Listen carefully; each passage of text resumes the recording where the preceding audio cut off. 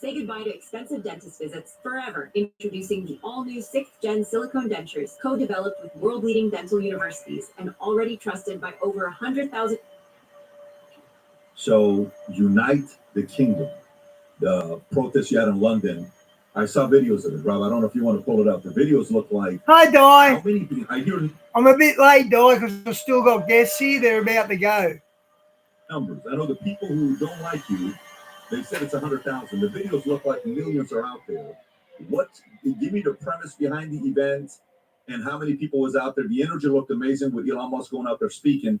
Maybe tell us a little about the event. So this is our fourth event, fifth event. So we started with 30,000, we then went to 100,000, we went to 200,000, and this Saturday we had millions of bricks. Millions. Okay? Now what's funny is watching them say 110,000. Now just realising that we had 2 million people watching live on X. So, and then you had millions that would have attended. Everyone there, and anyone watching the videos, which are now reaching tens and tens, if not hundreds of millions of people, can see it was 110,000. So they just exposed themselves time and time again. This was the biggest protest in British history ever. Probably doubled the size of any protest. For years, we've heard about the Iraq War protest. It was the biggest thing that this country's ever seen.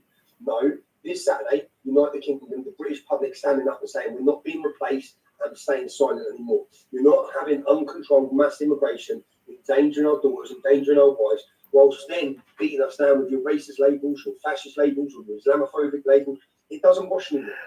It's broken. That has gone. That power that they had to install fear in a nation, because they did successfully for 20 years, have everyone whispering. They had everyone whispering. That's gone. And every move they make, it's just backfired. It's literally like a fire's burning and they just keep pouring gasoline on it. Even their response to Saturday, they're just blowing the fire up even more. They're giving us more supporters. Every move they make, I just sit there and think, there's nothing you can actually do. Yeah? There's nothing you can do to stop the sneeze. Thanks, Si. Now, our purpose of Uniting the Kingdom was to bring people together. So this is Britain's MAGA. That's what it is, and it's not going anywhere. It's a movement of identity, of culture. We've lost our culture, and we've lost it intentionally because they have attacked it. They've attacked it, they've demonised it, and they've celebrated every other culture in this country. Di, he's right, isn't he? They've done this on purpose. He's hitting the nail on the head already. And as soon as we want to celebrate us, what you saw was the neglected, forgotten, silent majority coming out in their millions. And it was a wonderful... See, if the UK go down to Islam, America's in a lot of trouble, and so are we. Any Western nation falls to Islam, it's going to risk the rest of us. The atmosphere was great. We had singers, we had entertainment. We united this kingdom in ways the government can only dream of. Now, let me ask you. So while you're doing, how long ago did you set up the stage? How long ago did your supporters know this was coming? Good question. So I get this date when I walked out of prison. So I just spent, as you know, I've got an 18-month prison sentence for making a documentary. Remember, the public watch all of this. 167 million people watched that film. They know I went to jail and I took the prison sentence for reporting the truth. They know that. When the minute I got into jail, on my first phone call, my first meeting with my team, as soon as I come in, I just said, set the date, because we need to start off where we left off. Now, they put me in prison, they arrested me on terrorism charges after 100,000 event. There's never been 100,000 patriots gathering our capital city in a total peaceful unifying celebration. So they were worried by that. And the next day I was detained under terrorism legislation. Diane, I know I keep saying it, but we're not going to have that problem. We didn't let all the refugees in. We locked them offshore in detention centres and shanghaied them back to where they came from. We have got a Muslim population, but it's not very big. But gee, it causes trouble. At the border. And I've actually faced prison for that in 4 weeks' time because I refused to give them access to my phone. I'm a journalist. They detained me. Even when they detained me, they said, we know you're not involved in terrorism, Tommy, Stephen, but this legislation allows us to do this. And I said to you, and then you have no right to remain silent, in which for 6 hours I was grilled by counter-terrorism police about my legal, lawful activism as a journalist, and also with the United Kingdom. They want to know who's behind it, how did you fund it, what's your plans next. I just told them straight, we're not going anywhere. I'll tell you, you'll see my plans next as we continue to grow this movement against you guys. And the reason I'm doing it is exactly what you've just sat down and said to me. Their first words were, the first question was, what do you think of Britain at the minute? I said it's a totalitarian shithole. Because look what you've done. Exactly what you're doing now. This is a total abuse of power. Oh, when you've passed your laws, which is what they continually do, create the problem that they're doing now in mass migration, high levels of crime, high levels of violence, and then they'll come in with a solution, which is their digital ID, which Keir Starmer's government's already talking about doing. Because we'll be so desperate, because the level of crime and violence, sexual assault, rapes, has gone through the roof. 2003, we had 8,000 rapes. 2023, we had 88,000. Holy Just moly. Did you say 8 to 88,000, 11x? 8 to 88,000. Wow. So while I'm watching this, Elon Musk is a big supporter of yours. Big. He shared your documentary, which got a couple 100 million views. That does look interesting, though. It won't load properly. Hang on. How long does it go for?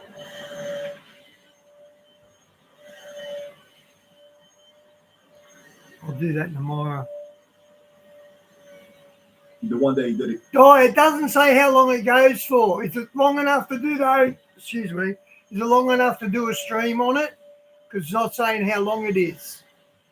a year and a half ago, whatever the time was, 2 years ago, you get out of jail. We meet in Bahamas. We do that interview together. And then now Elon Musk was one of the ones that came out in your United Kingdom, and he had a few words to say. If you don't mind playing this clip, and if you can react to it afterwards, go ahead, Ryan. And then you see how much violence there's on the left. With our friend Charlie Cook getting murdered in cold blood this week. And people on the left celebrating it openly. The left is the party of... Diane, this only goes for an hour. I'll do the second hour with that. Because we should get some views here because we're watching Tommy. So I'll steer him onto that when we finish this. Looks interesting. murder.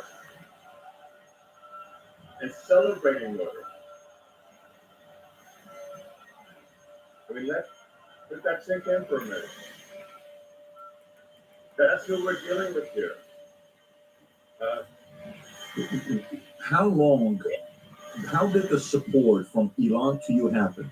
Did he DM you? Did you DM him? How did that relationship start with the two of you? Well, for this event, see, obviously, when I was in jail, Elon spoke up on my behalf, which I was very grateful for. And he made our mission complete. Because I went to jail knowing that maybe no one watched this film. I took that risk. As soon as he shared that film, and he didn't just share that film, Patrick, the most important thing that he did was he shone a torch on the rape of our daughters, something we've been trying to do for 15 years. He literally brought it to the world's attention. So I was very grateful, but when I got out recently, with regards to this, I contacted him. And yeah, I don't know if you're aware, but because Elon paid my legal bills on this next terrorism case, Elon's picked up the bills for it. He spent hundreds of thousands of pounds when I was in my imprisonment trying to change how I was being held. So I've been held in solitary confinement. So he fought for me and he fought for our free speech. In fact, Patrick, as Brits, the only people fighting for our free speech right now are in the United States of America. It's Donald Trump, it's JD Vance, it's Elon Musk. What you witnessed this Saturday, it just couldn't have happened without X, without us having a platform for debate, without us being able to share the truth. Because you can see the media are saying 110,000 people. If we didn't have X, if I was still banned, because I'm still banned on Facebook and I'm still banned on Instagram, which I think Dana White's in charge there. I still don't now. I don't understand it. I've never been convicted for anything. Why am I banned? Why is mentioning my name banned? They have me as a dangerous individual. So none of the videos of the scenes and the sides of the crowds that you can see, no one would have even got them if they didn't have X, because they would control all of them like they do. So the public would have been told 110,000 people turn up. And they've done this to us for years. We'd have a demonstration, there'd be 15,000 people there, they'd say 2,000. This is even going back years, or hundreds. So, yeah, Elon, we're absolutely grateful. It was a great moment for me as well. My kids and my mum and that are there, and I've been in a battle here for 15 years. And they got to see the beautiful size of the crowd. I obviously got to interview Elon Musk. I don't know if many people get that chance. So he gave us a lot of his time. They seen their dad vindicated, in other words. That'd be very heartwarming. For such a busy man. And I think for our supporters, it would have been a great moment. And it was a surprise as well. We didn't let anyone know. So, yeah. So here's a question for you. You're there. There's tens of thousands of people behind you.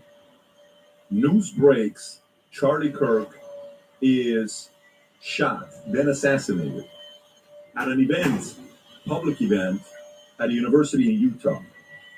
And I see reports here that shows 26 officers hurt. I don't know what the report is, but this is from Birmingham Live. There's another report saying 25 arrested. So you have a government that doesn't want to see you do what you're doing. They don't want your message to spread. And the more they push back, the bigger it gets. How concerned are you for an event that happened to Charlie Kirk to happen to you in the UK? Yeah, I'm concerned, but I also believe that if it did, it'd be the final nail in their coffin, not mine. It would be mine as well. It'd be the final nail in their coffin. No one knows what moment's going to spark the revolution. Or look, I've always known, looking at Europe, something's going to hit, and when it does, none of us are in control of it, but something's going to change the direction of Europe. Now we are heading in the wrong direction. We're being replaced. We're under attack with mass immigration. Now Northern Ireland, I don't know about the history of Northern Ireland. Bloody Sunday changed the direction of Northern Ireland as a historic day. I don't believe if I was targeted in such a way, it would spark an uprising like the government had never been or could never be. So I believe that could happen. I had a lot of people telling me we should be careful, or we need to be extra careful. I probably do need to be extra careful. I walk everywhere without security. I had the incident recently at a train station in London, and I have the funds to pay for 24-hour security. Yeah? And I am living in amongst it within the UK as a target. But I just think I think that we got in this mess. We're in this mess through being careful. All of us as a country are in this mess through being careful. Now's not the time to be careful, and now's not the time to show me fit. I listened to what Charlie Kirk said. Charlie Kirk actually spoke up massively for me, but not just for me when I was in prison, for Brits' free speech. He got it. Go back to his comments from 2018.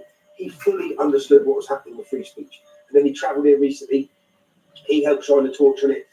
And if you listen to what he says, and I think that that's what people should try to do, and he will inspire still now, even though he's dead, the next generation's videos will continue to inspire them.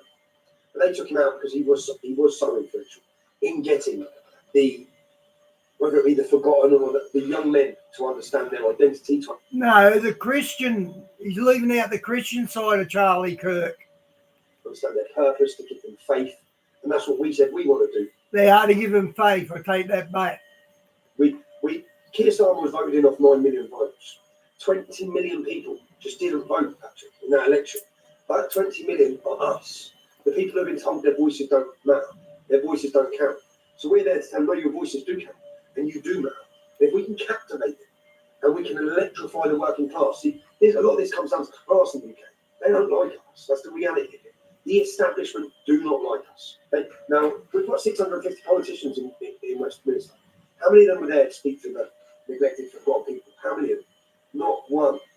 We had politicians flying from Poland, France, Germany, Belgium, all over Europe. Lead politicians come to speak to the British population. Not one. Man. The whole building is still the establishment. It doesn't matter if they say they're against the establishment on X. Yeah? If they say they're against the establishment, they'd have been there with the people. No. We want to be the cultural revolution, but this country needs a political revolution. Okay, that does look interesting, Di. So this only goes for an hour. What will I play? The video you just supplied or the one before? The one about the New York mayor or the one you just posted, the new Sodom and Gomorrah? It needs a political revolution that doesn't censor the people getting involved. Because they don't copyright that mob. I've played them before. So, for example, the Reform Party, which is Nigel Farage, which I believe will win the next election, yeah? And will be a hell of a lot better than where we're at. But they still censor and ban. You can't talk about transgenderism. You can't talk about Islam. So we don't need a government that tells the public that they can't raise their concerns. And people are kicked out of their party for doing so. Right. Because that's an attack. That's an attack on free speech still. That's not believing in free speech. I saw Nigel Farage sat in America talking about free speech. They don't believe in free speech themselves. They just don't believe it. Everyone has to sign an NDA. Everyone has to sign an NDA who's at the hierarchy of Reform. What do you mean by that? Signing an NDA for what? Not to talk about me. I don't know. You said Nigel Farage. Everyone has to sign an NDA. What do you mean by that? I mean that as a political party, anyone who becomes a councillor or a member of parliament has to sign an agreement that they won't speak. Diane, so I'll just make this stream a political one. About, for Tommy Woods. So what's your relationship with Nigel Farage? Good question. See, our event with 100,000 people, I stood there. This is in July 27th. And I said, how many of you voted for reform? And literally every single person put their hand up. Because reform become the party for the fed up people. Yeah? So everyone put their hand up. So then I asked Nigel Farage, Nigel, stop lying about us. Because Nigel continued. Nigel basically parrots, because remember, Nigel isn't working class. He's probably never been to working class to stay in his life. And he was an elitist banker. That's Nigel, yeah? So he comes in, he speaks about these issues, but then condemns us. That's what he did. And carried on condemning us. And when I was in prison, Nigel come out and said that he justified my imprisonment, which is what I believe caused the fallout with Elon Musk. He justified why I was in prison. Mm-hmm. Now, again, everyone's seen the documentary, right? People know what I've done. Right? So he come out and justified it. Then he come out and said, wow, I'm disappointed in Nigel Farage. Wow, that's terrible. I have convictions on mainstream TV. He said, I have convictions for violence against women. Just made it up. And this is the next leader. And my ex-wife and my kids had to see this. He comes out on TV saying I've got conviction for violence against women. It's just a lie. But all of these things, you have to remember that when I went to prison, there was a mass movement against free Tommy Robinson. Nigel come out and tried to put out the fire. Yeah? And he done it last time in 2018 as well. So Nigel comes out on behalf of the establishment. That's what I see. And that's what many people now see. Since Nigel Farage gave his position to Zia Yusuf, he gave his position to Zia Yusuf. He sold the position to a Muslim gentleman to become chairman of Reform. From the time that happened, they can't talk about Islam. They actually, Nigel's interview sat down and said, by 2050, I watched all these interviews whilst I was in prison. By 2050, the Islamic demographic is going to be so powerful in the UK, we cannot alienate it. Now, for me, that is someone putting up the white flag. And we don't want to put up the white flag. In fact, we have to stop the Islamic demographic getting to that point by 2050. Exactly. Whereas Nigel's doing everything he can to not stop it. The previous government held no benefits for more than 2 children. Yeah? And that was to stop. My local imam's got 3 wives and 14 kids. And we just pay for it. Yeah? So certain policies have been brought in which could help deter the demographical explosion that we see. Nigel's reversed that. Nigel said he's not bothered about this. It's impossible to do mass deportations. He's been forced now with the open windows shifting so fast over the last 12 months. He's been forced to say he will do some deportations. Yeah? He said when we talk about demography, when we talk about the demographical change, he's not bothered about demographic change. He's not bothered if whites become a minority in Britain. He said that's not he doesn't care about it. Well, we do. We do, just as black Nigerians would care if they become a minority in Nigeria. Just as Japanese would care if they become a minority in Japan. It cannot be allowed to happen. Amen. It's accelerating so fast, so quick, and it's not racist to say that. The country Gee, he puts it down right, doesn't he? that can't lose its culture. So then tell me, that's a great point. We're going to get to the culture part, but if you're trying to unite the kingdom, great. Nigel Farage, you guys don't seem to have a relationship together. The vision's not the same. Then who is the candidate you're going to get behind to be able to do something? Is it going to be you? Is it going to be some? Great question. There's got to be someone that they're going to be voting to have that change happen. Who is that person? Let's talk about investing better. Whether it's investing better in your time or in life's little luxuries. When it comes to investing your money better, switch to CanStar's Broker of the Year. Invest better with CMC Invest. Welcome to Scott's Happy Place. Scott uses Scott's Lawn Builder. His happiness comes from sausage pasting and dog chasing. But we know Happy Place is great. Yeah, let's get saucy. Yeah, let's get saucy. There's a new party now that's come out called Advance UK. It's led by a gentleman called Ben Habib. He's a brilliant orator, but he also spoke up for me when I was in prison. And many of the people who were kicked out of Advance for mentioning my name or removed from the party for refusing to back down on rape gangs and Islam, they're now joining Advance UK. So Advance UK is the fastest growing political party in British history. It's up to over 30,000 followers now. So I'm looking at this guy. Wow, they're creating their own political party. Wow. You're a Ben Habib. And he is from Pakistan. His father is Pakistani Punjabi from a Muslim family and his mother is English and was born in Isleworth. So doesn't this contradict what you're trying to push for uniting the kingdom? No, it doesn't. No, because we're happy to. He's an ex-Muslim, so he understands what we talk about. He's a Christian, and also, yeah. So what we wanted, well, what he wanted when he set that up. I don't know if you know Rupert Lowe. So Rupert Lowe was a Reform MP, still is an MP, member of Parliament. Rupert's been the strongest outspoken parliamentary candidate there is. Yeah? Okay. And he was kicked out of Reform for refusing to back down on the Pakistan net gangs. And Nigel Farage actually censored his speeches, said stop mentioning that. Now mass deportation has now become mainstream, but Nigel told him he can't say it. This was just 12 months ago, or 18 months ago. So he was then removed from Reform. So the original discussions with Ben Habib, when Ben Habib set his party up, and then it was to be launched, was that Rupert Lowe would be the leader. So currently, Ben Habib is a reluctant leader because he didn't want to lead it. The plan was for Rupert Lowe to lead it, but then Rupert pulled out. So that's where the party was at. They've launched anyway, and our movement needs a political home. It needs a home that's not going to. It needs a home and a party that's not going to kick them out for telling the truth, because that's why we're in this mess. So I see Advance UK growing massively over the next session. Okay, so I'm really trying to find out why Ben Habib would be the candidate. But okay, let's stay with that. Let's stay with that because you need somebody to get behind. Charlie Kirk, when the events happened with Charlie Kirk, what was your reaction? When you saw Charlie Kirk getting assassinated, what was the first thing you thought about? If I'm honest, I was sat with Tyler Olivia. You know Tyler Olivia, the American YouTuber? I was sat with him and I was at my mum's house. And I looked down at my phone and saw Charlie Kirk's been shot. And if I'm honest, my own selfishness, I was worried about myself and I'm worried about my children. Because I mean, my children are about to see this. And when my Fair enough. children see this, I know they're going to get scared.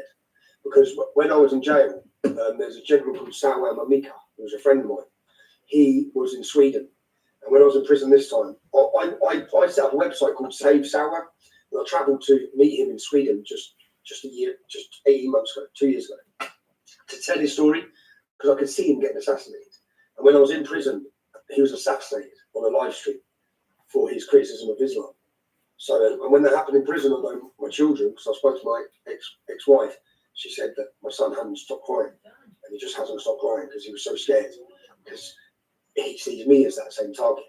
So when this happened with Charlie, I was sat there because I was doing a podcast, and I saw it pop up on my phone, and then I saw, boom, my daughter, my son, I have a daughter, so I saw the messages coming in.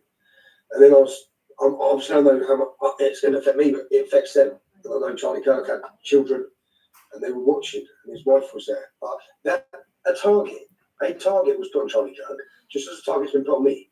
Now the problem is, it's put on, let's not say it's by the left. It is the left in America. My targets on me, but are also put in by any establishment figures. For example, there's a woman called Camilla Tominley. Now, when I was in prison this time, she's a right-wing commentator, works for right-wing media.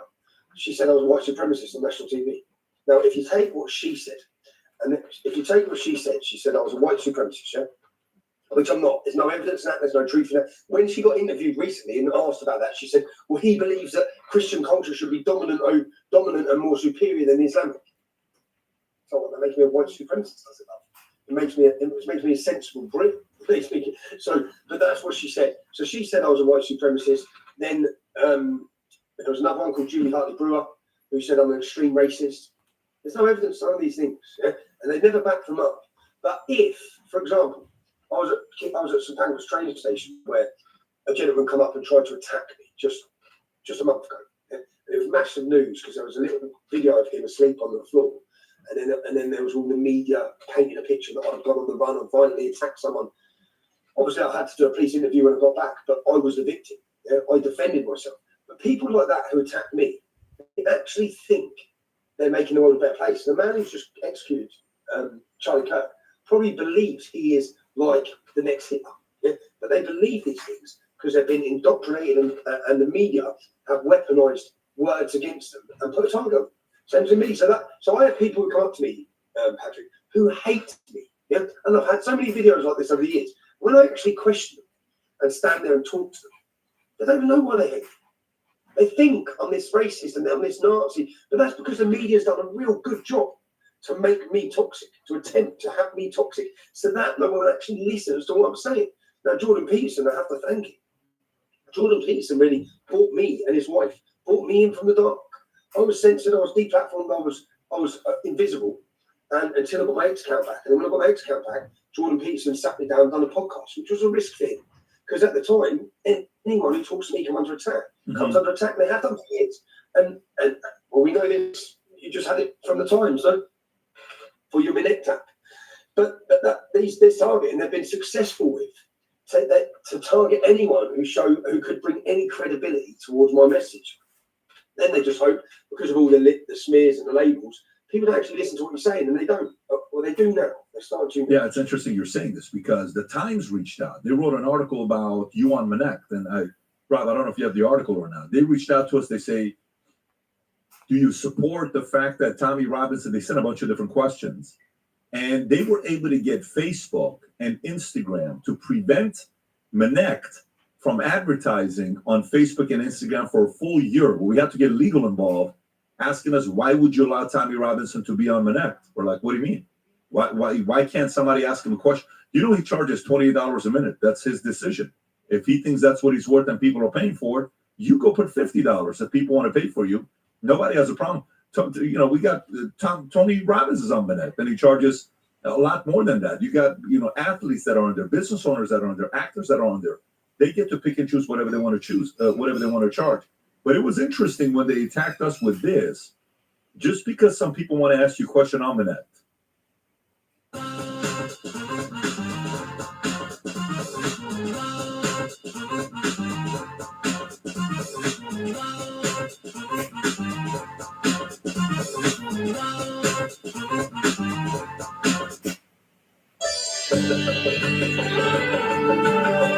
Sometimes it's the little things that remind us.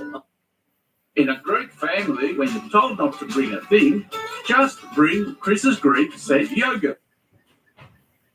Well, Patrick, you see what they've done to you. If it wasn't yourself, and you believe probably in free speech, they'd have been successful with any other company. Yeah, they would have been successful. I'd have been kicked off. I'd have been silenced. And that has successfully worked for them. So as I said, you have the state, and then you have the weapon, which is the media. The media want me silenced. So the state don't do it. They get the media to continually attack the company. See, Mark, you coming up next week? Or, When you come up again. I don't know if you're aware of what happens 48 hours before this event in London. See you then, buddy. Westminster Council Love you, mate. Take care, mate. You too. Which we use to host the event. Yeah? So Westminster Council contacted them and revoked our licenses to set up our speaker systems. So there can be no speaker systems. Yeah? That's 48 hours before the event. Now, and they told the owner of the company, we will personally prosecute you if you set up those speakers. That's what they told them. So we had an emergency meeting with the police, and we're sitting with the police. I've got the full video of this, which I'm going to release. Sat down with the police said, they're trying to provoke us into violence on Saturday. If we don't have a way of talking to our crowds, and a million people turn up, there's going to be anarchy. And the police are like, we don't want this. So there's been loggerheads. There's been a big internal thing with the police, because the council were then asking the police to enforce the license. The police have then sat down with us and said, we're not enforcing it. So we will not enforce and prevent you sticking up your speakers. And it was just the council attempting, which is the government, attempting to provoke chaos on the streets of our capital city. That's not their job. Their job is to uphold democracy. We had the licenses. We applied for everything we wanted. We jumped through every hoop possible. And still, this is what they're doing. And we've faced this for years. So I can't host an event in a building in the UK. And I just know I can't. Yeah? So I sold 1,000 tickets in a week for a sit-down event, £50 a ticket in Manchester. The council and the police, this is going back years, they went in to the venue and told them, we will take your alcohol license if you host this event. So that's sort of like what happens, and it's been a tried and tested method for the media. It works. As I said, they've gone beyond you, and they've managed to get Meta to make sure you can't go there for 4 years. They've done this to me from every social media. As I said, I'm still banned. You can't even mention my name on there. Yeah, I mean, I see that.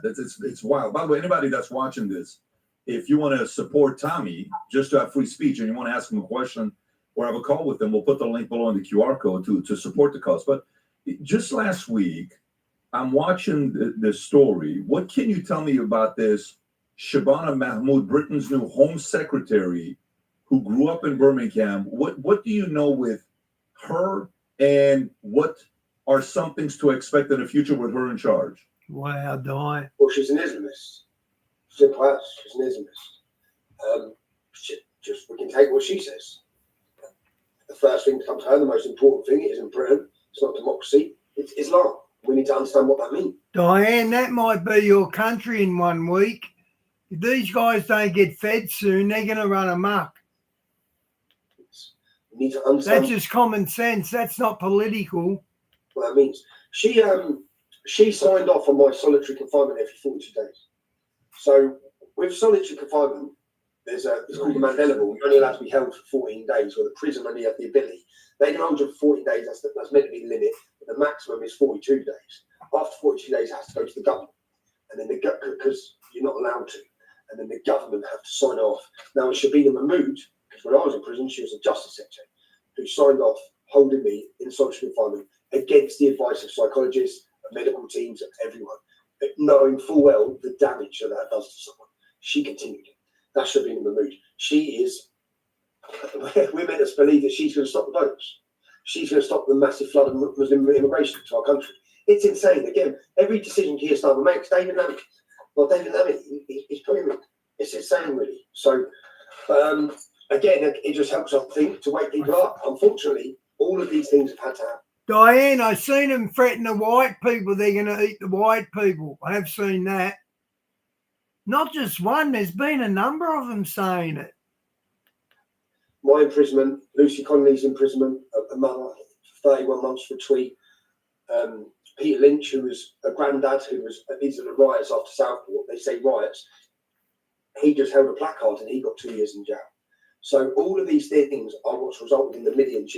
See, Di, we knew something like this was coming. That's why we've got food stashes. All them people without their spam, or whatever they call it, whatever their benefit is, all of them haven't got food put aside, but you have. Seen in London this Saturday. Yeah, I mean, it's all everything's played its part from Elon Musk, from Jordan Peterson interview to Elon Musk Spine X, and lots of bad things that happened. But you needed the situation. I think you needed Joe Biden. America needed Joe Biden for those 4 years because people needed to see. Because when they can see it, they need to see how bad it can be, and that's what we're currently going through. Wow, that's a good point. People had to see what to go through under Biden. Wow. We needed Keir Starmer in power. You need to get a position where a government could come in with a mandate. Now, Nigel Farage, as I said, Donald Trump made his mandate clearly. He clearly said what he's going to do when he get in, so he can get in power and do it.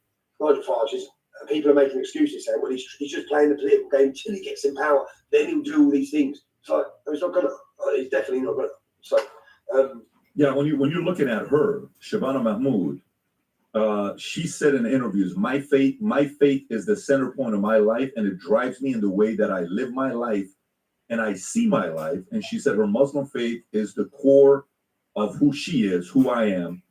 And she's the first Muslim woman Lord Chancellor and the first female Muslim member of the parliament. So there's a lot of progress happening there with them wanting to spread Islam and different people like her getting elected. So you're concerned with how things are growing in UK. From the last time you and I spoke to today, have things gotten better? We spoke a few months ago. Since 2 or 3 months ago when you and I spoke in Bahamas to today, have things improved? Has it gotten worse? Is it the same? What's the conditions look like? It's gotten worse. It's getting worse and worse. Yeah. It's worse and worse every week. The borders are still open. The mass immigration is still coming in. Sexual assault. Since we spoke, there was 12 days in a row where there were sexual assaults by migrants against British women. 12 days there was a case every day. Young girls being sexually assaulted by migrants in hotels. A young 12-year-old getting raped by 2 Afghanis who staying in a hotel. It just continues. It's just continued. And it's not going to stop, Patrick. It's not going to get better. Yeah? It's going to get worse and worse and worse because the borders are still open. They're still flooding them in. They said they're going to smash the gangs. They've done nothing. It's all orchestrated. They are continuing to flood this country. And I think that what Saturday was the British public coming together in their millions to say, we've had enough of it. And they need to listen. Saturday was a peaceful demonstration. We wanted a peaceful demonstration. If they continue, there's a dangerous part of the government going there. They're that detached from the British public. All of them are. You know, even the Labour Party. The Labour Party meant that's the party that was meant to represent us, the working class. 90% of their members of parliament were privately educated. I'm sorry, they know nothing about the working class. They've never lived it. They've never lived where we live. And we are the majority of this country.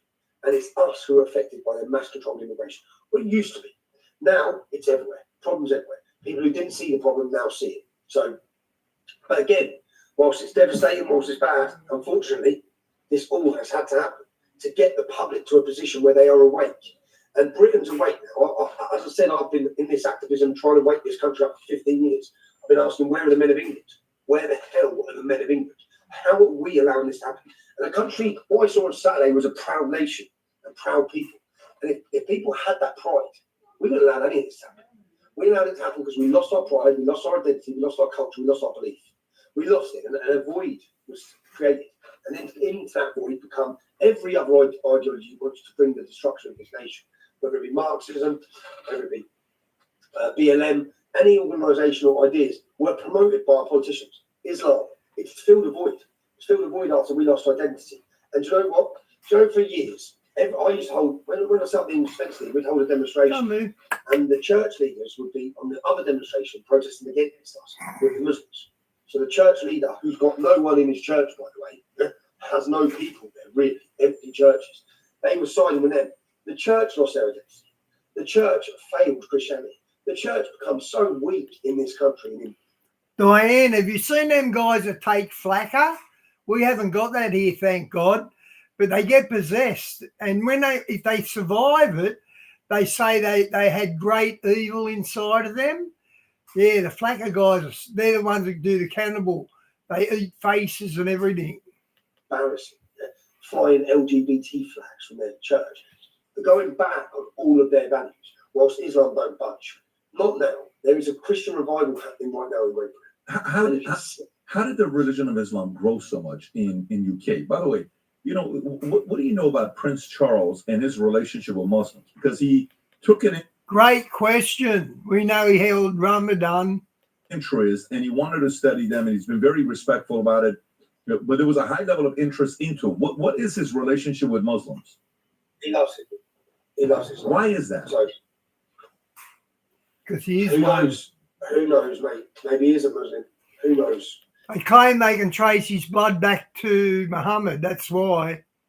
He comes out and makes comments like their great respect for Sharia. Sharia would subjugate every single one of us, Charles. But to be honest, he's not my king. Yeah? And I think most people feel that way. And he's not just on Islam, on the whole World Economic Forum, the whole global climate change, just everything he's been part of and supported. Everything. He's meant to be non-political. Yeah? The Queen was non-political. Didn't make any of these comments. Charles, total opposite. So, and I think it should have skipped Charles and gone straight to Prince William UK, because the support for the monarchy is probably at the lowest ever. Guessing people have had enough, and he is meant to be our king, and his people, which is us, our daughters being raped from one end of this country to the other, and they're continually being put in danger. And he said nothing. He speaks up for the great contributions Muslims have done. Like if there was no Islam in the UK, we wouldn't even be having these discussions on immigration, because immigration hasn't caused the problem. It's Islamic immigration that's destroying this nation. Yeah, I'm looking at this with the comments he made, Rob. There is multiple comments he's made, views on Sharia law. He made it back in the days, as well as some of the ones that's been recent, if I'm not mistaken.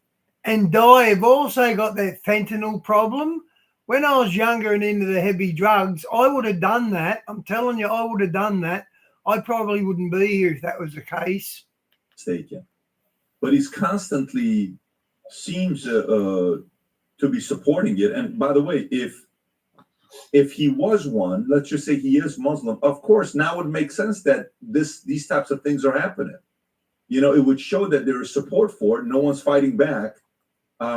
But there is no documentation that he is a Muslim himself. There's just a lot of stories written about it. He was also, what was he given? He was handed was it £1 million cash? That's justified. Google that story from Qatar, I believe. Like he was given £1 million cash, a bag of cash, and yeah, it's hard to know, but he is part of the same elite, yeah, which has the destruction of every one of our countries, including his own. They are flooding this country. No one can look at Great Britain and say it's gone in the right direction. No one. Everyone from around the world is now laughing at Great Britain. They're laughing at it. There we go. Yeah, it says right here, it was alleged that between 2011 and 2015, Prince Charles is reported to have accepted £3 million, 2.6 million in cash from Sheikh Hamad bin Jassim bin Jabbar Al Thani, a former prime minister of Qatar. The cash was allegedly given in physical form, suitcase, a hold-all. What is that? In Phantom Mason for carrier bag. These payments were then deposited into the Prince of Wales Charitable Fund. The office is denying any wrongdoing. Wow, so the King of England can be bought with $3 million. Wow, that's terrible. They got that much money, they don't need to be corrupt. So, what's that sound like? A big bag of cash. Sounds legit, doesn't it? Yeah, that's just the one that we know about. Well, what else? Because Qatar is the problem. Qatar is the big problem. Now, Qatar has funded nearly £1 billion in Islamization of Europe. Every French ghetto, Qatar are behind, yeah?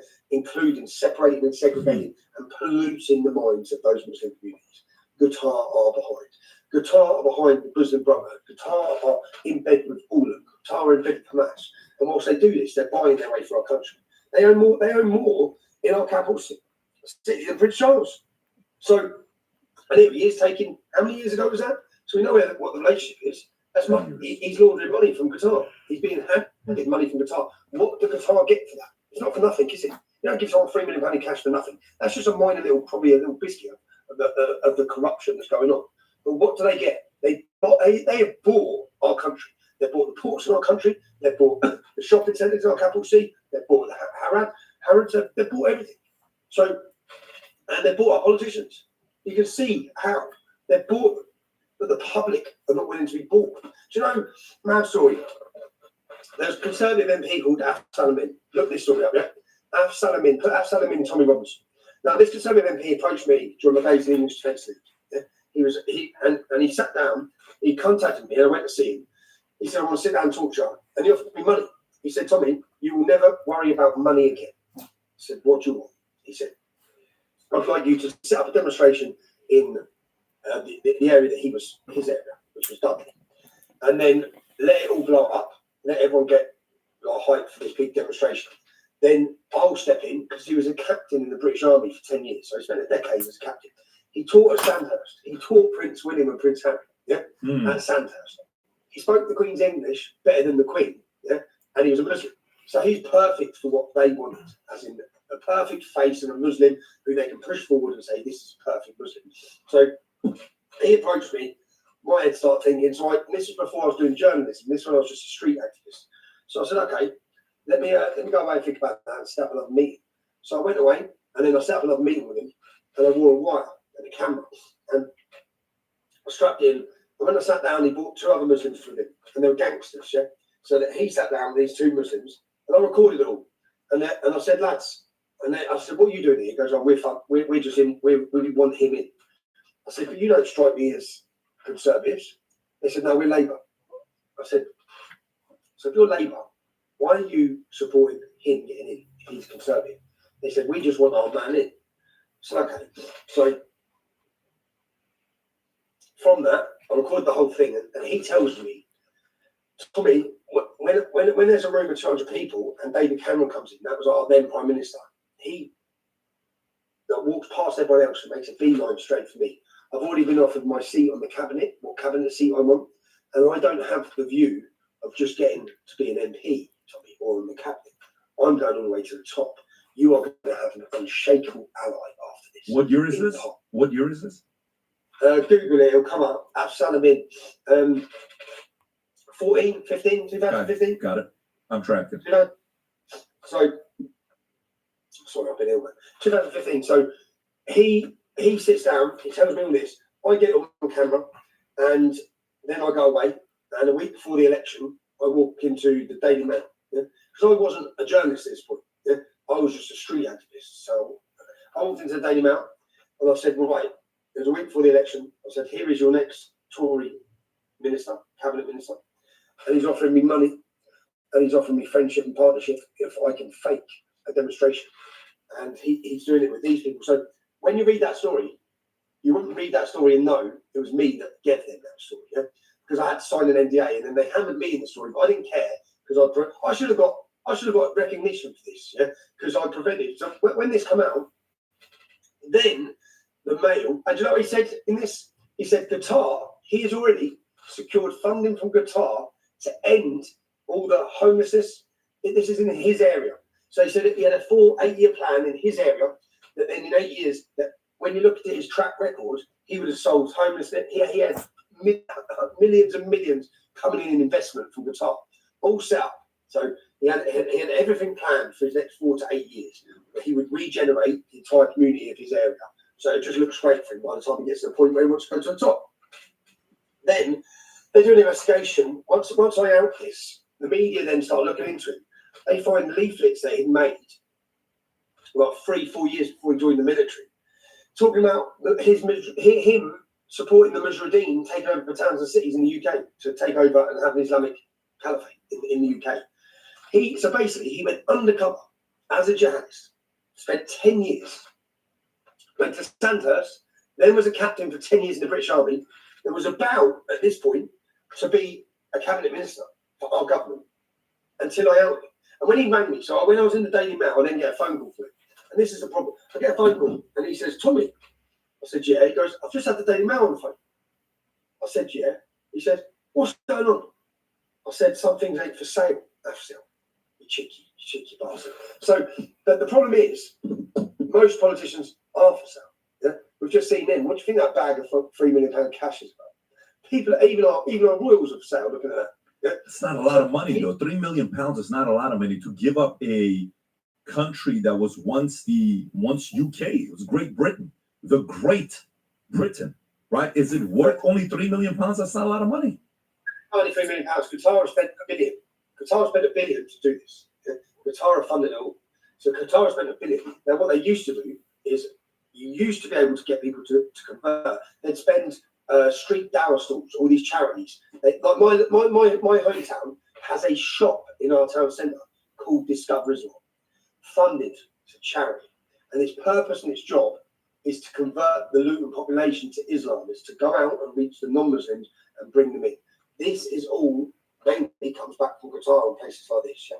Now, they used to do that. Now they just die. Convert, like sneaker. Take people converted.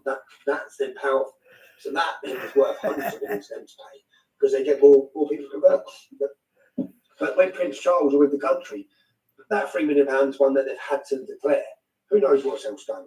But I know that the money that they put into the country, Qatar, is huge, and the government are bending over for them. Yes. Bend over for them whilst allowing them to, because they need them.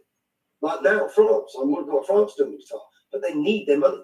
So they need their money, so they sort of turn up a blind eye to the Islamization of our country and allow them to back it as well as Muslim Brotherhood. How are the Muslim Brotherhood not banned? How is this terrorist organisation not banned in our country? The danger of it. How? Even Hizb ut-Tahrir are now banned. But why weren't they banned for the last 2 decades? When they're banned in the United Arab Emirates and many Muslim countries, but in our country, they were allowed to just foster. Every single Islamic society in the country, in our universities, was Hizb ut-Tahrir for the last 2 decades. Now, how? That's a territory. And you've allowed them to set up Islamic societies bases in every university.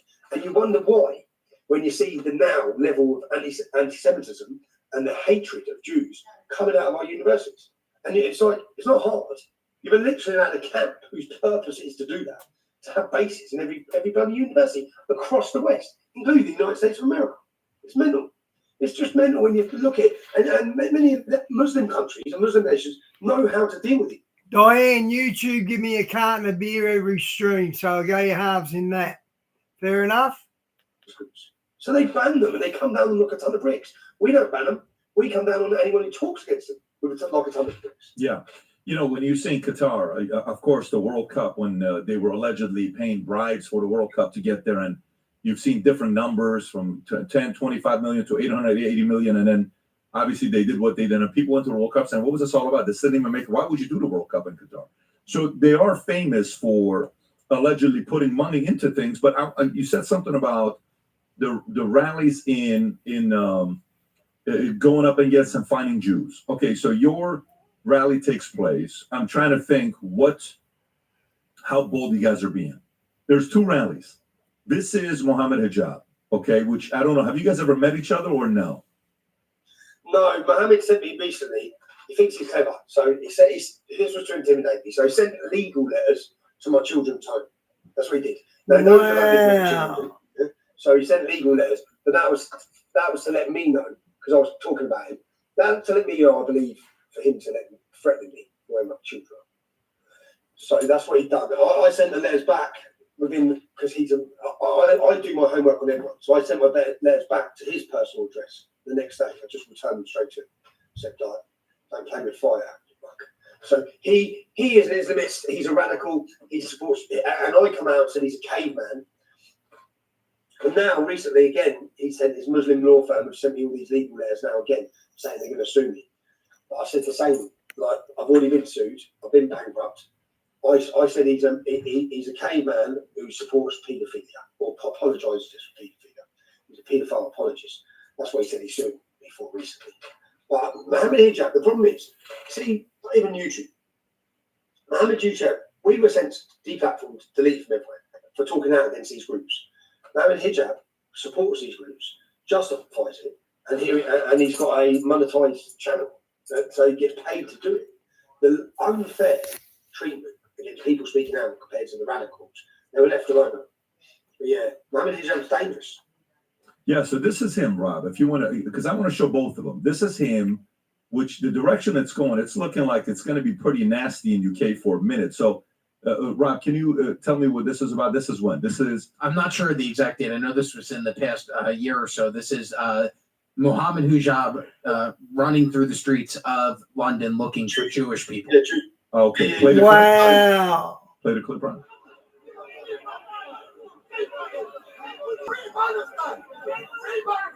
It was terrifying. They never fight one-on-one. They always gang up on you. I learned that from jail. Boys had been rescued by the police as bottles and eggs rained down on them.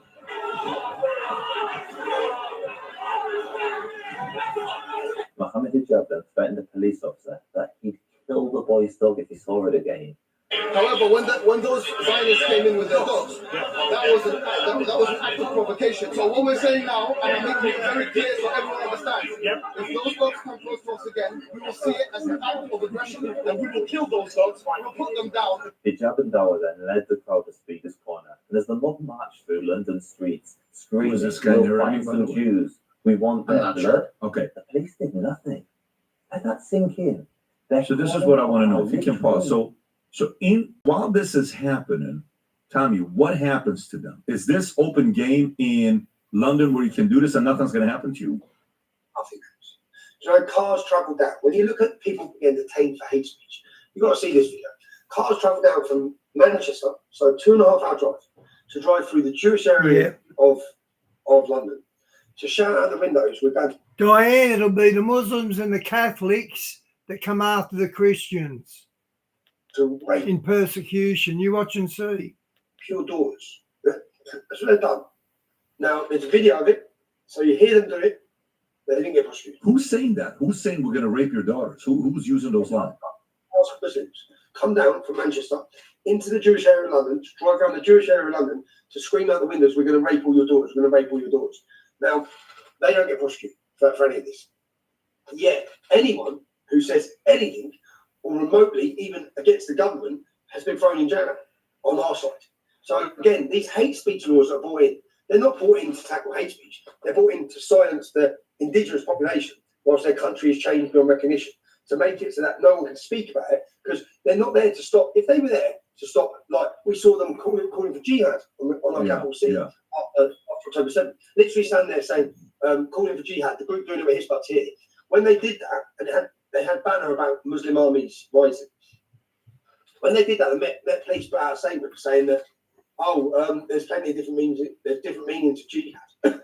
So you must think we're stupid, but they continually allow this. So Mohammed Hijab has even ever been arrested. There's another video of him when he travelled up to Leicester when mobs of Muslims went hunting Hindus. Yeah, just last year in Leicester. And there's a video of him there where he's absolutely attacking Hindus and attacking Hindu gods. If anyone done anything similar, so they just don't get prosecuted. They don't. And everyone saw it. So again, another important role to get the country to where it's been this last weekend, unfortunately, was October 7th. October 7th, and the reaction to that, the hatred across the West, in all our capital cities, but in London, the ability for Hamas supporters to take over our capital city week in, week out, and not face arrest. And the public are watching them committing crimes, seeing their crimes committed with their own eyes. And the only people facing arrest are the people there talking out against Hamas. So people watch. Hi, Susan. Welcome to the channel. Treaty policing become just a part of our vocabulary. So I want to play this other clip, Rob. When you guys are doing your protesting, this video that goes viral as well. Can you have the video? Not this one, Rob. This the other one that they're protesting in the streets. The one that Humberto just sent you that you pulled up. You just had it up, Rob, on the screen. You literally just had it up a minute ago. Do you know which one I'm talking about or no? No. So okay, let me pull it up to see which one this is. So I'm going to put a thumbs up for you to find it. So this is. Oh, got it. Okay. This is the protests are happening on your end 24 hours ago. Where I'm trying to go with this is, if this is, the United Kingdom, and they're screaming, "Who the F is Allah?" These are the chants, right? If you want to play this clip, Rob, go ahead.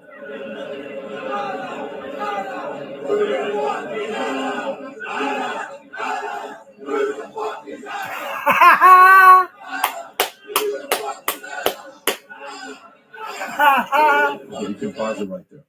So, from a guy on good on him. From an outside looking in, Tommy. From a guy from the outside simply looking in.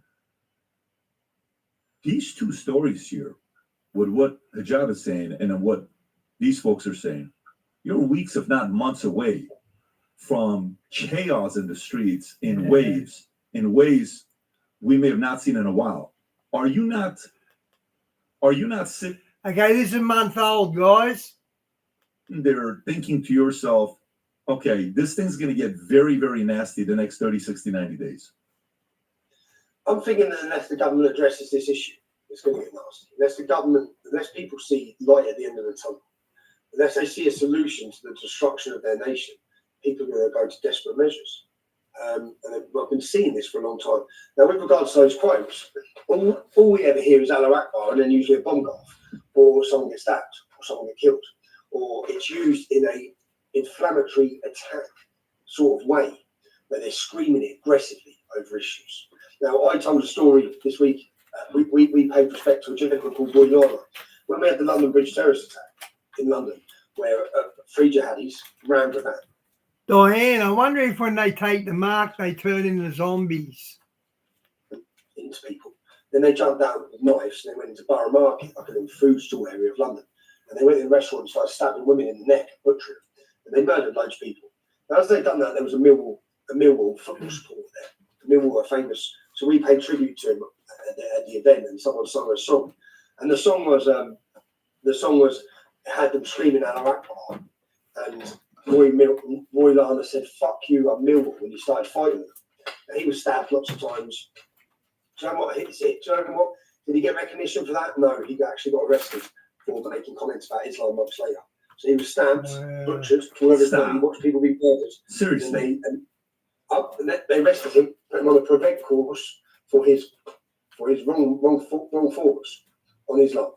Where did this happen? What city was it in? What was it at? It was a London Bridge terrorist attack, and his name was Roy Lana. So pull up, you have the pictures of him. He was in a hospital bed, and he obviously didn't remember anything. But then all the other witnesses were like, as the terrorists were stabbing everyone, one man ran at them, and he shouted, "Fuck you, I'm Millwall," which is quite funny because Millwall football hooligans are very well known across the UK, across the world. Actually, yeah, he said, "Fuck you, I'm Millwall." And he didn't get recognition. He's never had. I actually done a sit-down interview with Roy, podcast with him, to understand what happened. and he went into a spiral after this, a post-traumatic stress disorder. He had no help, and then he faced prosecution and arrest from the police. Diane, the Arabs called God Allah before even Muhammad showed up. They were calling God Allah in the 1st century. That was their name for God, and the Muslims hijacked it. To help for having the wrong thoughts on Islam, which is, again. But by the way, so while this is taking place, the two of you, have you and Hijab ever seen each other or ever talked to each other one-on-one? No, I've never seen him. Never seen him. Yeah. So, what would happen if you guys were in the same room talking to each other? Yeah.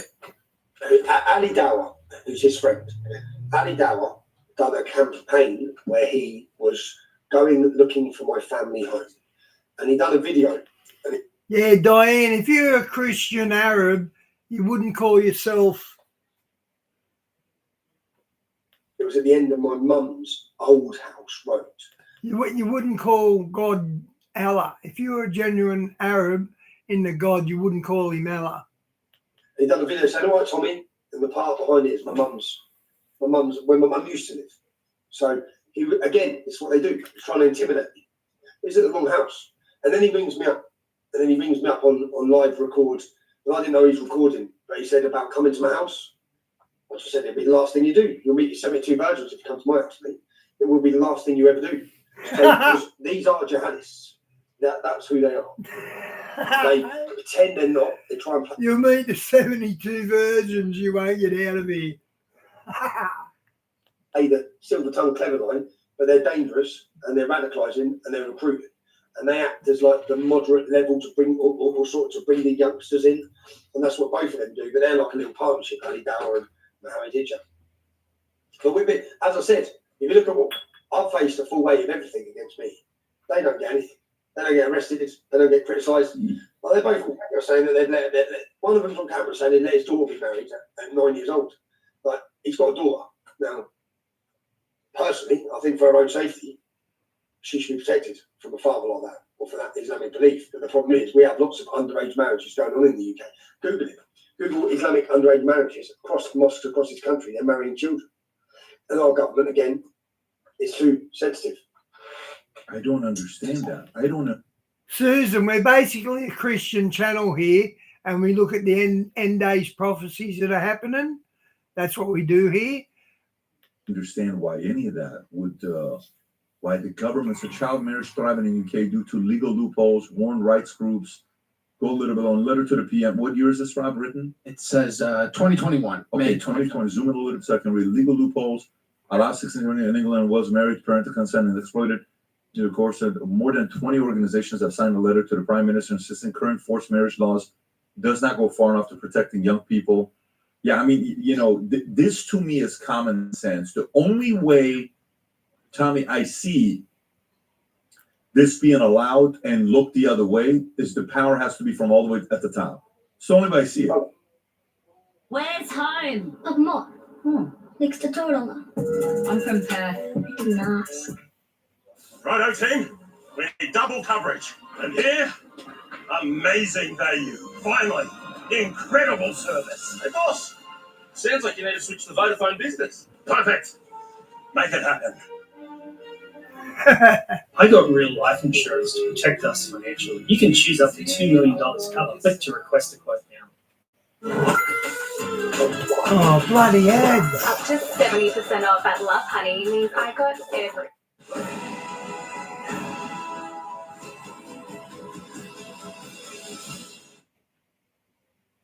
Even female genital mutilation. It's been a crime in this country since the 80s. Carries a 14-year prison sentence. 55,000 for British girl. What'd you say? Say that one more time. 55,000 what? I lost you for a second. 55,000? 55,000 girls have had their genitals mutilated. So Muslim girls had their clitorises cut off. Man. Which endangers them, which is dangerous. Sometimes means they can't have kids. Lots of problem. Diane, didn't he also predict the car loan market's going to crash and it's going to cause a lot of drama? The guy he just posted from The Big Short. I'm pretty sure he said the same thing's happening with car loans. from it, mental health problems for the rest of their lives from it. But no one faced prosecution. I think the first prosecution was last year or the year before, like a little token case. But with these children, they're allowing them to be mutilated. And to be honest, many of these problems, like even the grooming gangs, if we were to look up the parents of these children, just off those figures, it would. I bet they can't speak English. Take up every prison cell in our country. So some of the problems are that big that they just allow them to happen. Cultural sensitivity. We allow your little girls to be mutilated because we don't want to be deemed as extreme or racist or a government that's oppressive. So we allow a crime that carries a 14-year prison sentence. They literally just allow. Google on the female and genital mutilation. It's insane if allowed in this country to happen. Because those little Muslim girls, they're little British girls. They're born in Britain and they should be protected, but they haven't been. Yeah? Because they allow it. And some of those marriages happen to 12-year-old children, 12-year-old little girls being married in mosques across our country.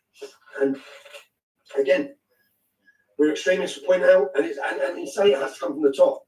It's like that. It's not a mistake. Mass immigration is not a mistake. It's happening. There's an attack on it. Yeah, Diane, that guy, Michael Burry, he said to pay attention to the car loan market. He said that about 2 years ago. Every Western nation. And they're saying the same thing about the loans to university students, but I don't think that's happened. Our country's being flooded. Our cultures are being diluted. 100%. All the while they're doing this, as I said, the mass corporations are benefiting from this. So, and the European Union and groups like this don't want individual countries to have individual identity. How do you get them away from, I'm German and I'm Spanish? You just flood them with new cultures that then break down that resistance, break down that family, break down that community. And that's what we've seen happen. Hey, Phil, good to see you, mate. Strong communities. Tommy, let me ask you. I'm sorry to interrupt you. I'm still in shock. I'm just looking at this right now, the numbers. The estimate of 137,000 to 170,000, given a broader view of how many might be living with FGM, is what they call it. FGM, which is called female genital mutilation in UK. So President Trump, when he found out that the fentanyl was coming in from Venezuela and what was going on there, they went ahead and they got actively involved. Phil, post a link to your channel. Guys, Phil reads good sermons on Facebook. So just post it, Phil, so they know what I'm talking about. In the issues that was going on in Venezuela. What role or interest does the president have in U.S. hearing things like this that are happening, yet the president is a Christian man, he's a white man, and he's seeing what's happening in UK. He's got a lot of respect for the country, the history of it. Who is in his ear for him to find out the stuff that's going on there, to be involved and maybe influence the UK government to be a little bit more actively involved while these young girls and young kids are being, affected by it? Well, he already has got involved on the free speech issue. Now, if they can take our speech, which is their goal, we can't even talk about these issues. So there's an Islamophobia bill that the Labour government are attempting to pass. If that passes, me giving you the facts and the statistics about the Islamic rape gangs would become illegal. I'd face criminal prosecution. So they're coming for our speech. I know that America just stopped them getting access to every one of our messages on these and spying on us. Now, America did that. Yeah, guys, Phil posted his script link. He does sermons, guys, and he's really good at it. Yeah. J.D. Vance did that. Your Republican Party have done more to fight for our free speech than anyone. There's no one here fighting. Because, again, not only do we not have free speech, but they don't even believe in it. Just as I said now with the Reform Party, they don't actually believe in free speech. So you have a country, and then the new generation coming through also, if you look at some of from their indoctrination in the education system, many of them don't believe in free speech. But if we don't have our speech, then we can't even highlight all these issues. So I think Donald Trump and America are obviously keeping a close eye on the developments of Europe. You know, when J.D. Vance went... We've gone the opposite here. Our government's just brought a rule in that you can't get on YouTube under 16. So they're already stemming free speech here in Australia. To Munich. and he confronted them on free speech. He told them, you don't have to worry about Russia. That's right. Your biggest enemy is within. And do you know what that was like for us to hear? Do you know what? Because hope is contagious. And we have hope. I think you can see by this Saturday now, the public have hope. They also realise we're not alone in this fight. It's not, because we've always been alone.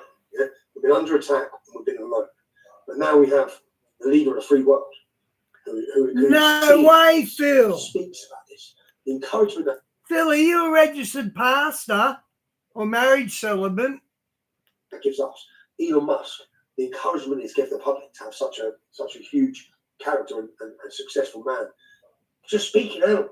In America, you just speak facts and you speak truths, which people have been too scared to speak here. Everyone's been scared, which I know that sounds mad, and it's quite embarrassing, really. You look at what I'd say is a nation of fearless men all throughout history, the toughest men, who have always fought tyranny, who have always sacrificed, who have always been willing to go to battle. And then I look at that and think, we were paralysed through fear. We allowed a generation of our daughters to be raped. We actually allowed this.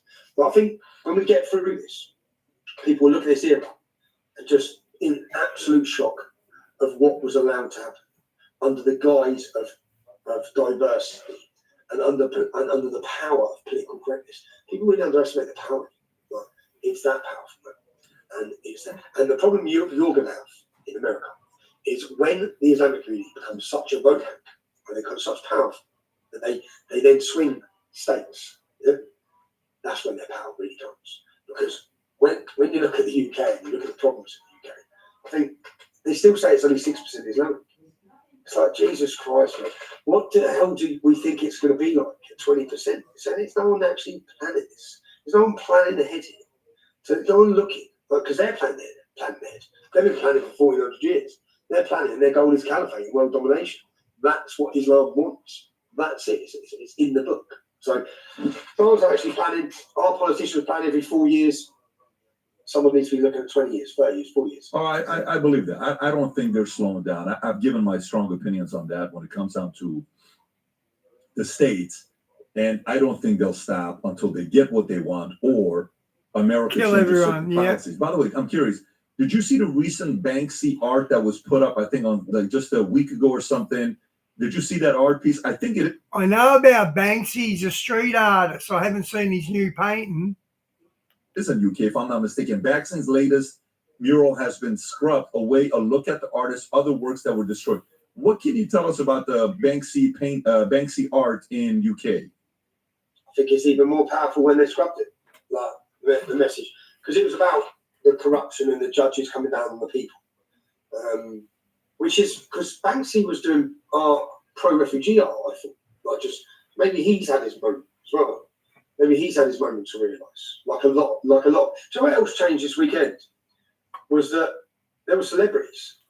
There were celebrities at our event, and quite a few of them. Which is you see when it becomes acceptable to speak, then because I can tell you from my direct messages how many professional footballers, how many boxers, how many of them offer me their support all the time, but none of them publicly. Then this weekend, there was more. I don't want to name them, I don't want to bring trouble to them. But there were more people who stood up this weekend, and I was surprised to see some faces there. And encouraged, totally encouraged. Because it's when you've had this in America. I used to look at America and be envious because you had people with big platforms like yourself, like Charlie Kirk. You've had lots of them who are mainstream, who are credible, who are spoke openly and honestly about issues. In the UK, we've never had anyone. We've never had anyone at that level. Anyone in media, anyone in government, we've never had anyone. So it's always been left to us, which when it's left to us, it was quite easy for them to pigeonhole us as a certain demographic. Young men, working class men. So it wasn't that difficult for them to do that. They're struggling to do that now, especially with the amount of women. It's like a women's army is formed. I don't know if you've seen the group, the Pink Ladies. Now these organic protests, these sporadic protests that are springing up across the country are led by local women in many of the issues. Women speaking out. So yeah, but with regards to Banksy art, the whole country knows now we don't have a fair judiciary. We have a corrupt judiciary.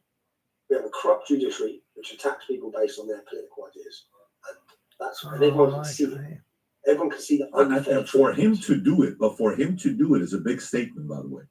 Rob, can you show the picture of what happens after they try to scrub the mural? I send you a picture. Thanks, Di. Is that where Phil got his diploma?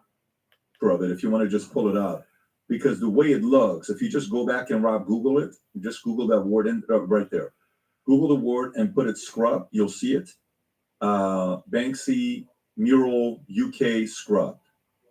Scrub. Yeah, there you go. If you go to it, images, that's what it looks like now. So interesting what it looks like now. You're right. It does actually look better than it did before.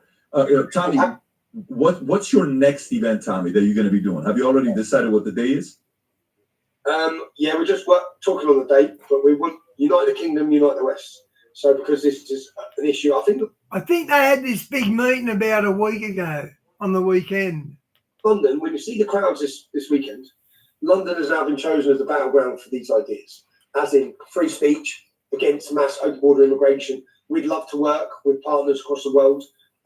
This isn't just affecting us. I've always watched these movements and protests and same with the populist parties in Europe. Thought, why are they not all together? All of us are affected by this. Let's not look at what we disagree on. Let's look at what we agree on. All of us that were there. So we united the kingdom successfully. They come from Wales, they come from Scotland, they come from Northern Ireland, they even come from the Republic of Ireland. We're all there because we love our countries. Individually, we love our identity and we love our cultures. But we are stronger together. That would put the fear of God into the establishment. Irish nationalists travelled with loyalists. These two groups, with the war in Northern Ireland, have been at war with each other throughout history. They've hated each other, Catholic and Protestants. They were travelling and come together to this event. So something big's happening. Now, I'd love to have a vision of us redoing another event like this, but we want world leaders there. We want the world's leaders to be addressing the populations who are the leaders on these issues. So we'd like Gert Wilders to be there. We'd like Meloni to be there. We'd like Viktor Orban to be there. We'd like Donald Trump to be there. Yeah? But and obviously the venue we had here, they blocked us having two venues. So we couldn't, those millions that turned up, I think the only place the next one can be is in the Hyde Park in London. This could be our generation's live aid, because we make it into a concert, we make it celebrationary, we make it about identity, but we also drill home our message of what we want and how fed up we are. And it gives hope. And you see the millions that come in, I can guarantee you we're going to double that again next time. Well, I'm telling you. Tommy, I will say this to you. And I said this to you last time we spoke. I don't live in UK. I've been there. I've been to London. Beautiful place, great people, great conversations, rich history. And it's sad to see this taking place there. But in every generation, there comes somebody that's got courage to be able to go lead a movement like this that's fearless. And it doesn't seem like anything is going to back you down. Doesn't sound like you're going to go away anytime soon until you get what you want. And I pray for you to stay as close to God as possible. I applaud you for your courage. And God willing, good things will happen to your country that obviously you love and you're proud to represent. Imagine if you turn Christian, guys. Tommy, any final thoughts before we wrap up? Just so Britain's awake. I hope the world sees that now. So many people have spoken for so long. I heard people talk about when the British wake up. And I was always thinking, when is this country going to wake up? I've been smiling for the last how many weeks. I knew this was coming. You listen to my interviews. I told everyone, million. It's going to be 1 million people. It's going to be the biggest protest this country's ever seen. It was downplayed. It was downplayed. I knew what was about to happen then because I can feel it and see it everywhere I'm going. I know the public feeling is there. They now know that. Yeah? They're going to be worried. I think I do need prayers because they're going to want rid of me 100%. And they managed to successfully put me in prison many times. I'm in court on October 13th. I could be back in jail for Christmas. But he beat that. Again, that's not going to work. Surely they see it now. It doesn't work. You're not going to shut us up. We're not going to be silenced. We're not bowing to submission. We won't submit to Islam. We won't submit to any of it. So, yeah, Britain's awake. We need to make our plans. But we're grateful for every bit of support and everyone who's helped. As I said, Elon Musk put a thing out, we are the media now, when they said 110,000. Diane, I knew he was a Muslim and a socialist, but I've never seen nothing on him. So it's going to be interesting for all of us. Their power's gone. I'm laughing at them. You know, Sky News were tweeting. Sky News would put out something out there, 12,000 people watching their news from our event with their propaganda. We had 2 million. So you don't have the power anymore. You can't just attack us anymore because we can just pick this up and correct you, which is what they don't want. They don't want that level playing field. So we need free speech and we also need citizen journalism. And by the way, guys, if you're watching this and you want to pick this up and support Tom. Okay, God bless Tommy Robinson.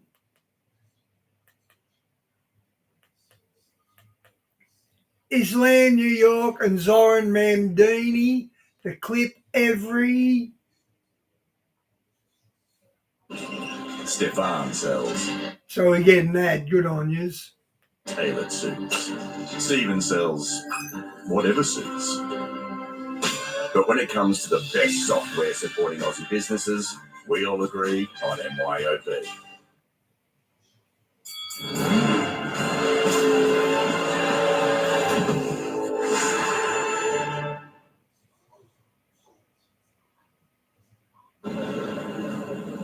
That is unbelievably embarrassing. Can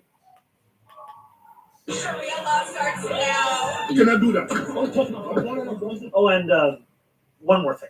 Remember how I told you a few months ago to stop sending us money? You can start again. Happening right now in the Bronx. That is unbelievably embarrassing. BBC News. We found searching. What happened? You want to ask me why I'm taking video? Yeah. Because I can't, because this is America. The killing of Christians is not going to happen. And start to Trump-proof our city. It was reported by the BBC. Like, wait, what? Did the BBC decide to do, like, factual stories now? What's going on? The conventional wisdom would tell you that I am far from the perfect candidate. I am Muslim. Again, I'm an Orthodox Muslim. What we couldn't do in the last, say, 20 years now, the West is doing it for us for free. In the grand scheme of things, Muslims are only about 1% of the population here in the U.S. We're here as guests, guys. Are standing side by side now with an Islamist. We stand ready, willing, and able to save our great Christian population around the world. We want to show them we are not scared of anything, she says, and will support our state until they are destroyed. To be Why do you sneak up in suicide vests then? Unsophisticated, You're not someone scared of intelligent. them. She hasn't endorsed all your funding plans yet. No.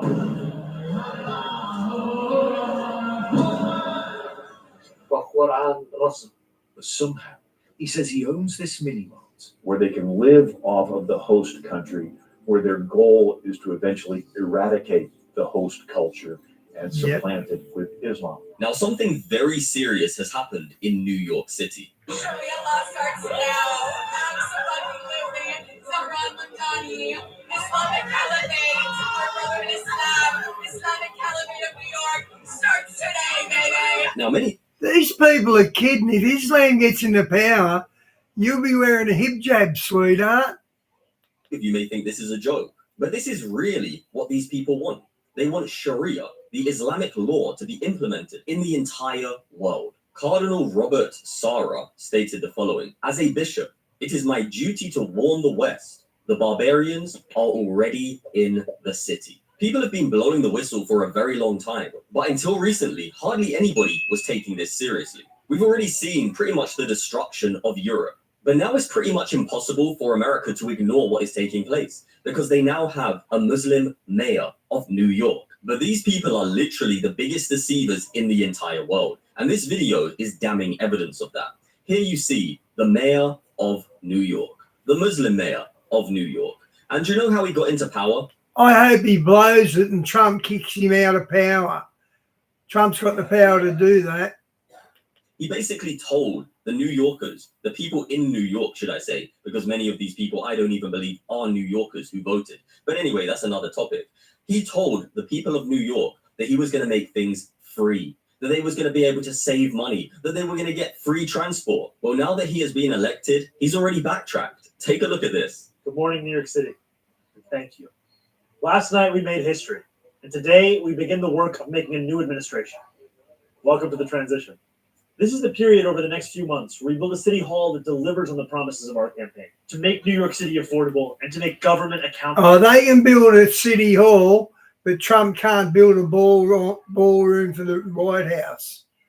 Accountable to the people it serves. As we prepare to govern, we'll start announcing the leaders who will help implement our agenda.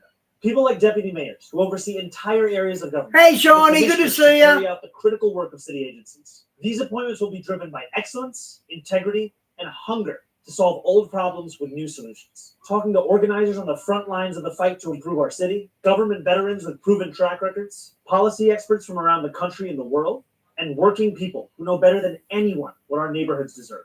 And this will be a period, like the campaign we ran in the city hall to come, to fund. I think they got Sharia in England already. I'm pretty sure there's some councils that have Sharia law. It doesn't deal with criminal law. It's dealing with divorces and that. But once it gets into power properly, that'll be a different scenario. They'll be coming after everyone. Trained by transparency, because New Yorkers deserve a government they can trust. Yeah. On January 1st, I will be your mayor. New Year's Day and a new era for this city. Oh, and one more thing. Remember how I told you a few months ago to stop sending us money? You can start again. Yeah. He wants your money, New Yorkers. People who he said he was going to save your money. Now he wants your money again. And you know why? Because these people lie to get into positions of power. That is the smile of a serpent that you are looking at right there. It is the grin of a wolf in sheep's clothing. It's true. As an architect, I've always wished there could be one trusted partner for all my lightweight. This transition requires staff, research, and infrastructure that can meet this moment. And it will be made possible by the people who built and believe in this movement. So I hope you'll make a donation. So yeah, he hopes you'll make a donation so that he can turn New York into London. He can turn New York into an Islamified location. And look, New Yorkers, this is what is happening in your city. The same thing that Americans were saying would never happen in America. That's just happening in Europe because Europe don't have guns or don't have defense or whatever excuses Americans were making. We warned you. And now take a look at your streets. I think that this is America. But you cannot take us. Who? Who said? Me. What gives you special privilege? You cannot take us. Who said? Who said that? You cannot do that. Don't touch my... Happening right now in the Bronx.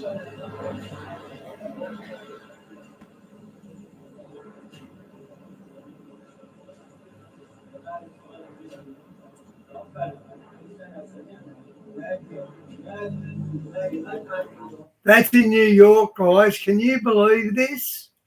And notice, I'm not being racist, but notice how many of them are black men, because the black men are the vulnerable ones.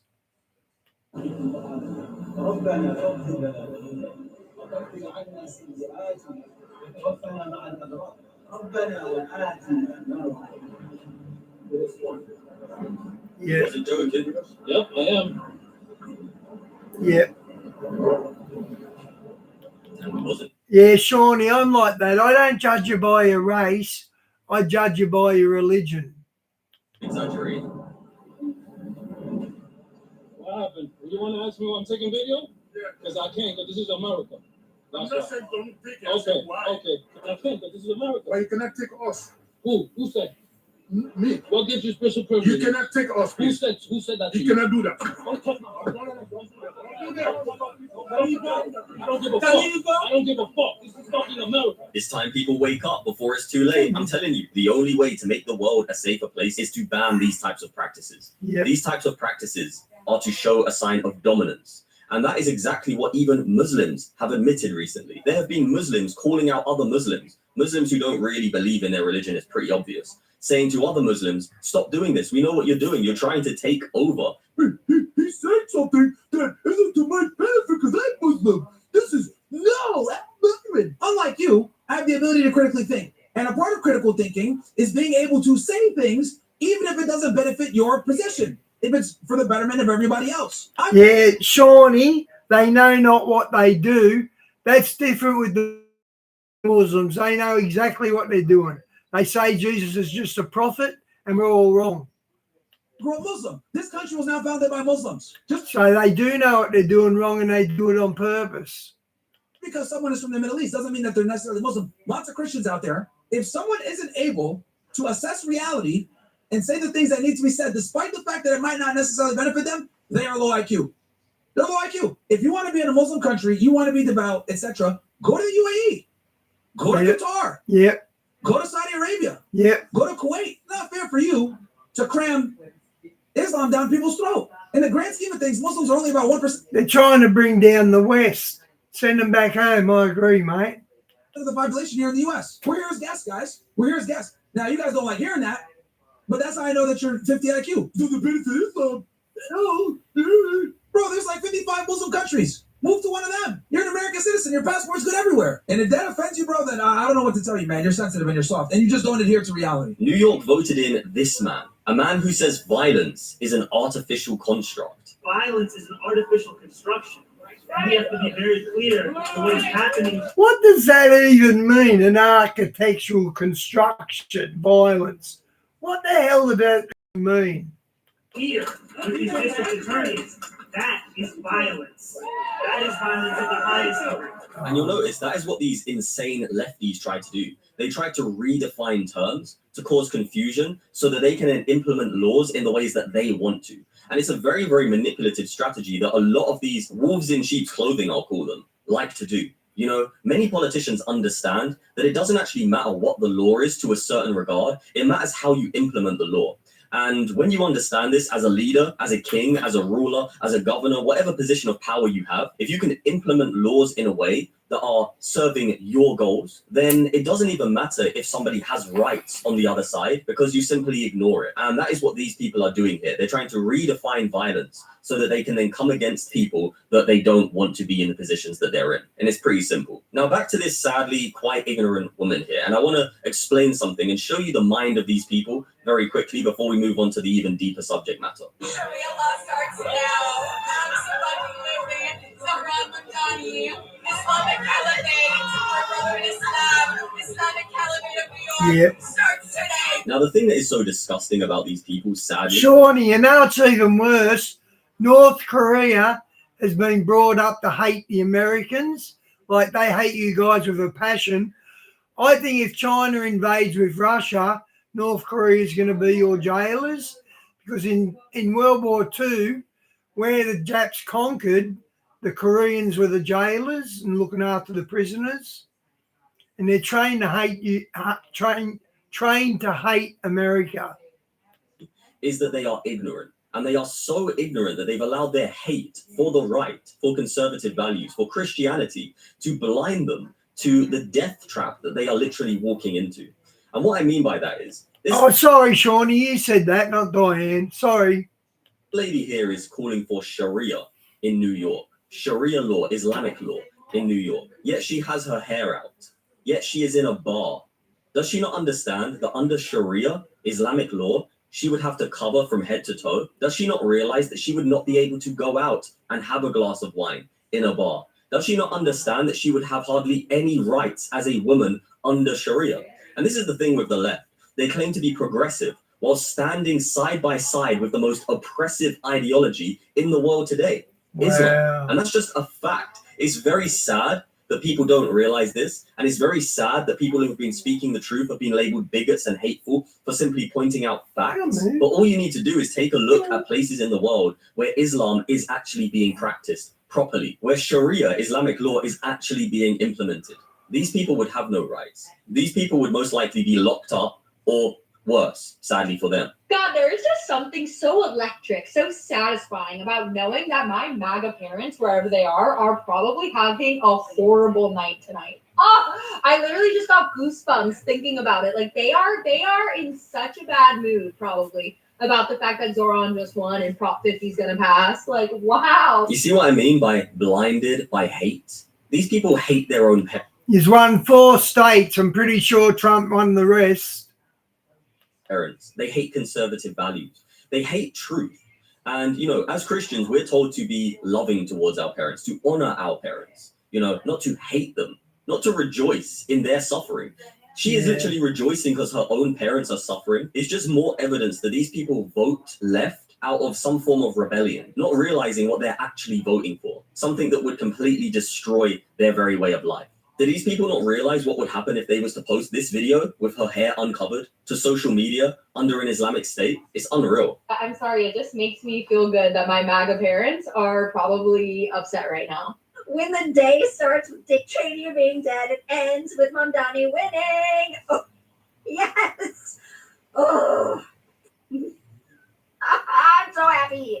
Oh So yeah, honestly, these are the most dangerous people in America because right now, these are the people who are being used by extremists to pretty much take power over the country.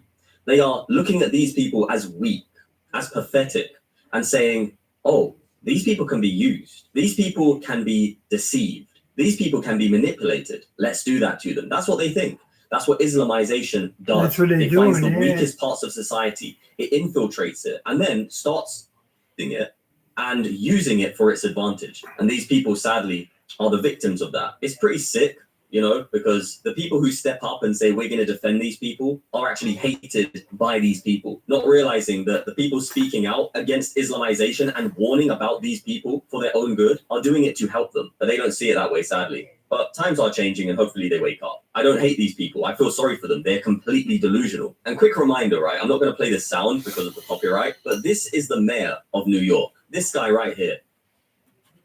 Where's Jerry? Where is Jerry?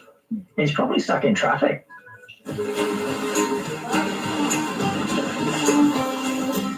Definitely a lottery winner. Definitely. Yeah. And in case you didn't know, he's rapping, I believe, or singing or whatever he's trying to do. And this is supposed to be some kind of music video. But it's just embarrassing, man. It honestly is. Wouldn't you want the mayor of your city to be someone sophisticated, someone intelligent, somebody who knows what they're doing, someone who cares about the people and protects the people? Well, seems that New York didn't vote for that, but instead voted for some kind of evil that they don't comprehend. Anyways, this is cringe. Eek, that is just so embarrassing. Seriously, that is unbelievably embarrassing. Now on to the more serious stuff, because Mamdani is now coming after Elon Musk. Take a look. These things together would pay for the entirety of our economic agenda and start to Trump-proof our city. Because as you've said, the endorsements that Andrew Cuomo has got, and this morning he started it by going on Fox and Friends. We're talking about Donald Trump, Elon Musk, and Stephen Miller. These are the architects in many ways of the crisis of authoritarianism that New Yorkers are facing. And Andrew Cuomo is so unwilling to tax Donald Trump's billionaire donors because he knows those are the same ones whose checks that he's busy cashing trying to get back to City Hall. So he wants to make a Trump-proof city, did he say? And start to Trump-proof our city. Start to Trump-proof our city. These are the types of people that are somehow in power in America. People who are against their very president. People who are against capitalism. This guy is a democratic socialist. He is against the very values that America was built upon, the very values that the West was built upon. Socialism doesn't work in any society. Yet Hi Zoe, welcome to the channel. the mayor of New York is a socialist. And here's another clip of the wolf revealing himself under that sheep's clothing.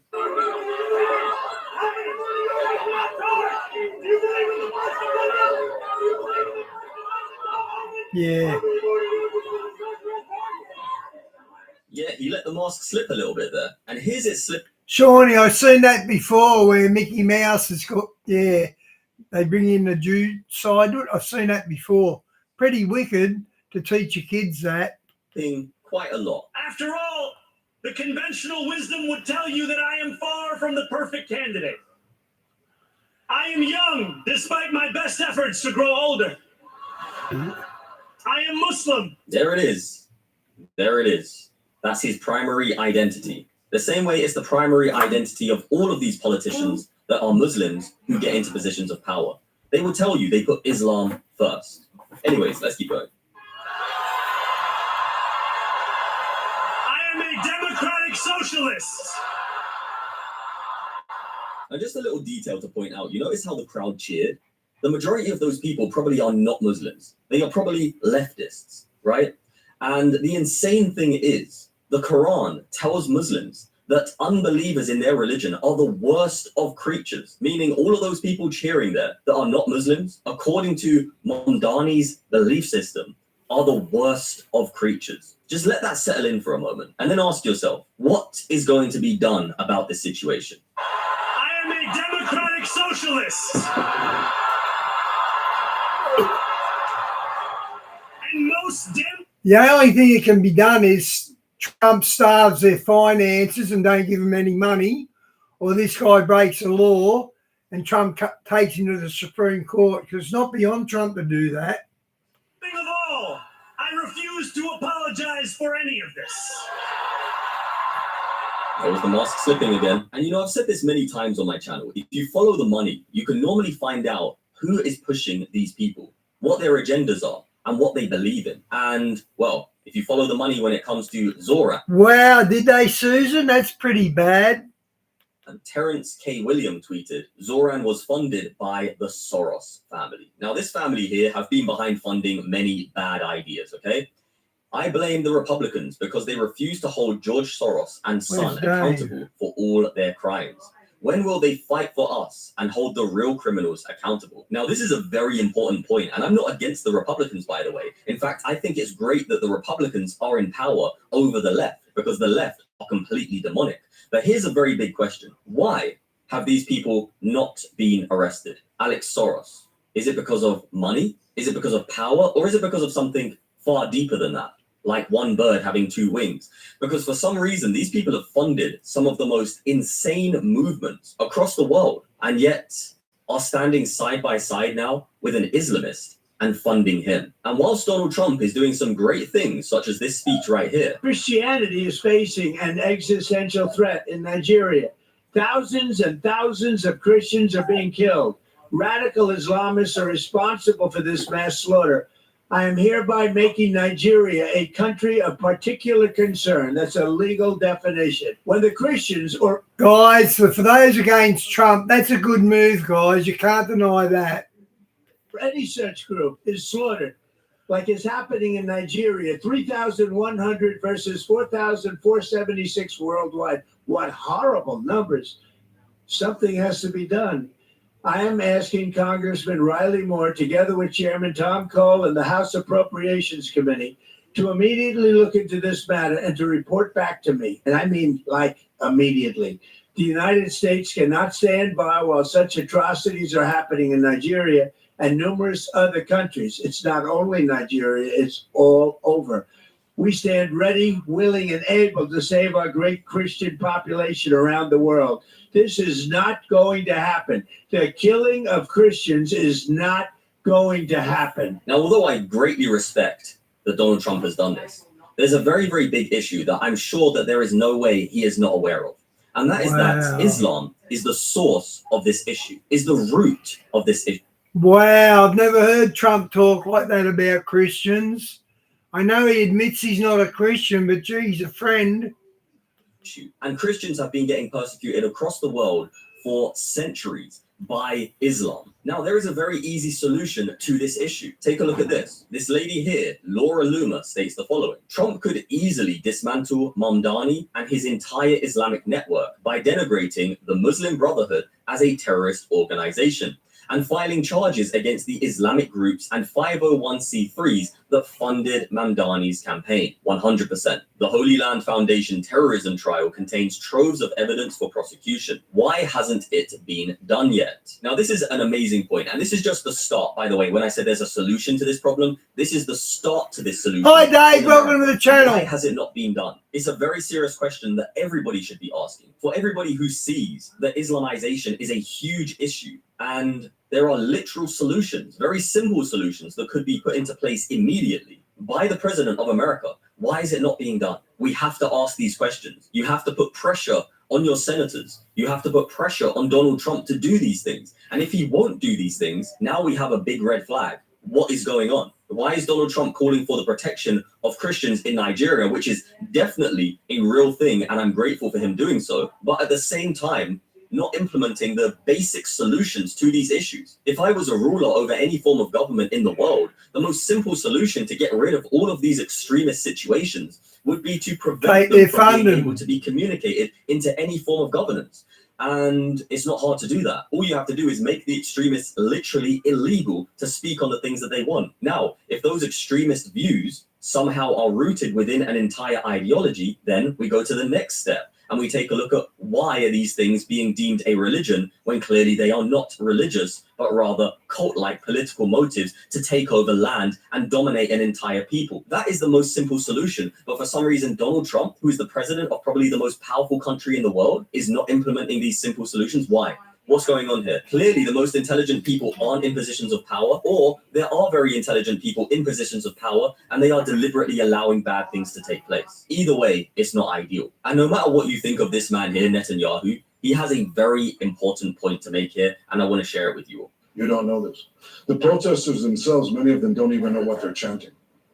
When they're chanting Free Palestine, they're saying, really, destroy Israel, destroy the Jews. And that is literally what they're calling for. If you are, He's right. I just rang my sister. It's her birthday today. Oh. My sister, so I just gave her a ring. She lives in Brisbane. ask people who will just be bold about what they really want, they'll tell you the exact same thing. The people who are Islamists, the people who believe in the Quran, who believe in the ridiculous hadiths that tell them that there's going to be rocks calling out and telling them there's Jews hiding behind this rock or whatever. They really believe in that stuff. It's Hey, James, welcome to the it channel. really is insane. And when you have a belief system such as that is spread across the world in the way that it is, and you have oil money, billionaires being pumped into Western politics and pretty much infiltrated like wolves in sheep's clothing, just wandering around in innocent land, there's clearly going to be atrocities that randomly spring up. And that's what we've been witnessing in Britain. And now a wolf has managed to get its way into a position of American politics in a pretty deep-rooted way. The mayor of New York. We had a Muslim mayor in London, Sadiq Khan, and we still do. Hopefully he gets replaced soon by Ant Middleton, a man who actually values Christianity. But anyway, Sadiq Khan is somebody who has destroyed London in the space of around 5 to 10 years. Absolutely destroyed it. I left London because it literally became one of the most dangerous, disgusting places. And I don't say that lightly. You know, the promotion of drill music, the promotion of Islamization, pretty much illegal workers on Deliveroo bikes driving all over the place and just not even caring about law, illegal activity all over the place, and sadly, mental cases walking through the streets week in, week out with Palestine flags, calling for atrocities and the police guarding them. You know, these types of things weren't things I wanted to be around. So I moved to the countryside, and it was one of the best decisions I've ever made. I don't come across Islamists here. It's very rare, very, very rare. And when you do, they're clearly just visiting. They're just checking out the area and then they leave. But London is full of them, full of people who literally believe in an ideology that wants to destroy your very way of life. They don't want there to be pubs. They don't want there to be... Diane, I know what we think about Trump, but what do you think he's doing with the Christians there protecting us? What do you think he's up to there? Like this guy says, does he actually do anything? Restaurants where you can have a glass of wine with your meal. They don't want there to be women walking along the streets with hair flowing around and nice dresses and that kind of thing. They don't want that. I'm not saying for women to be immodest. I'm saying let women have freedom. They can dress how they want to dress. If it's something that you find immodest, then don't look at it. Don't care about it. It's not something for you to dictate over a woman. If it's your wife and you don't want her to wear a certain thing, then that's your relationship. You discuss it with one another. But we don't need some oppressive ideology dictating what women can wear, what men can drink, what women can drink, you know, how to walk through the street. Yeah, the women have to wear cloth letter boxes on their head, what are they, burqas, in the Middle Eastern heat. The men can walk around wearing shorts, but the women have to dress themselves up in burqas in all that heat. That's oppression. That's oppression. It's just mental. It's insane. And Tommy Robinson's right here. Charlie knew. Charlie knew. And he tweeted this days before he was assassinated. Islam is not compatible with Western civilization. 100%. Wow. 100%. It's not. That's probably why they knocked him. Wow. And until the West wake up and realize this very important fact, they're basically walking into their own destruction. Something very, very drastic has to take place legally. And what I mean by that is the banning of Islamic practices. That has to happen. It's not hateful. We don't need cruel slaughter of animals in our countries. We don't need women being Zoe, I think Trump's going to lock Clinton and all that up. And if he does that, he's got complete power. He's got complete power anyway.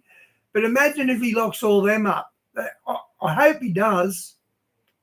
In Sharia courts because their husband, who has 4 other wives but doesn't tell the government that he has 4 other wives, is treating her unfairly. We don't need that in the West. All of these Islamic practices must be banned. Start with halal meat, then move on to the Sharia courts that are implementing things that are clearly oppressive and cruel, and simultaneously have scholars and theologians breaking down why the Quranic practices, the Islamic practices found in the Quran, are not compatible with the Western world, and then tell the people if they want to practice that, they're free to leave, but you can't practice it in this land. There's nothing wrong with that. It's not hateful. It's not oppressive. It's freeing. It's liberating to help people have a free life.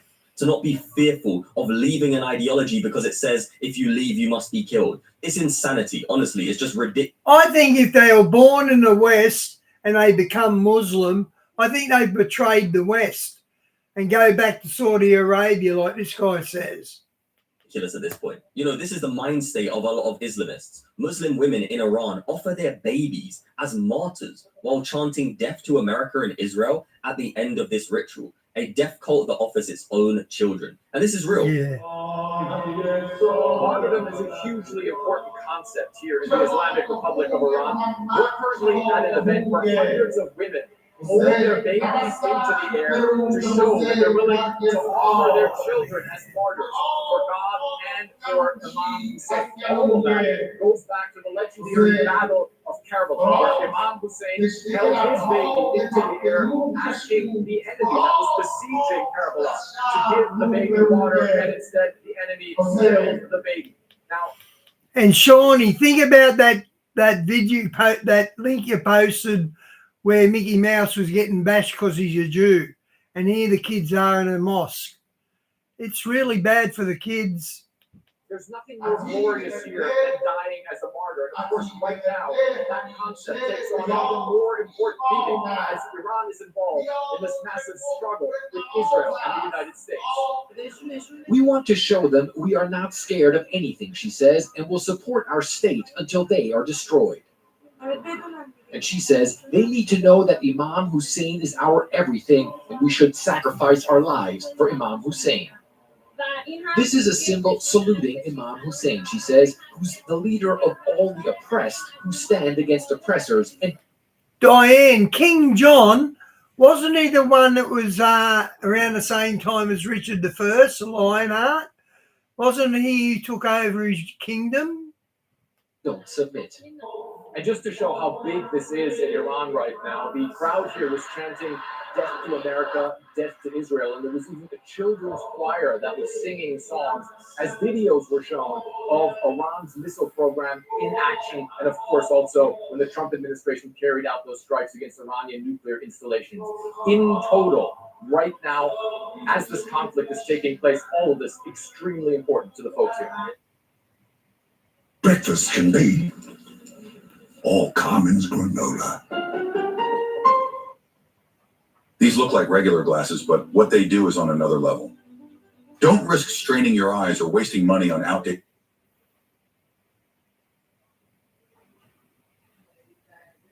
Now, obviously, I'm not a mother. And breaking news, men cannot be mothers, and I am a man. But on a serious note, I have listened to many women, mothers, talk about their children, talk about love, and say they didn't feel that type of love until they had a child, until they actually held their son or their daughter, their child in their arms.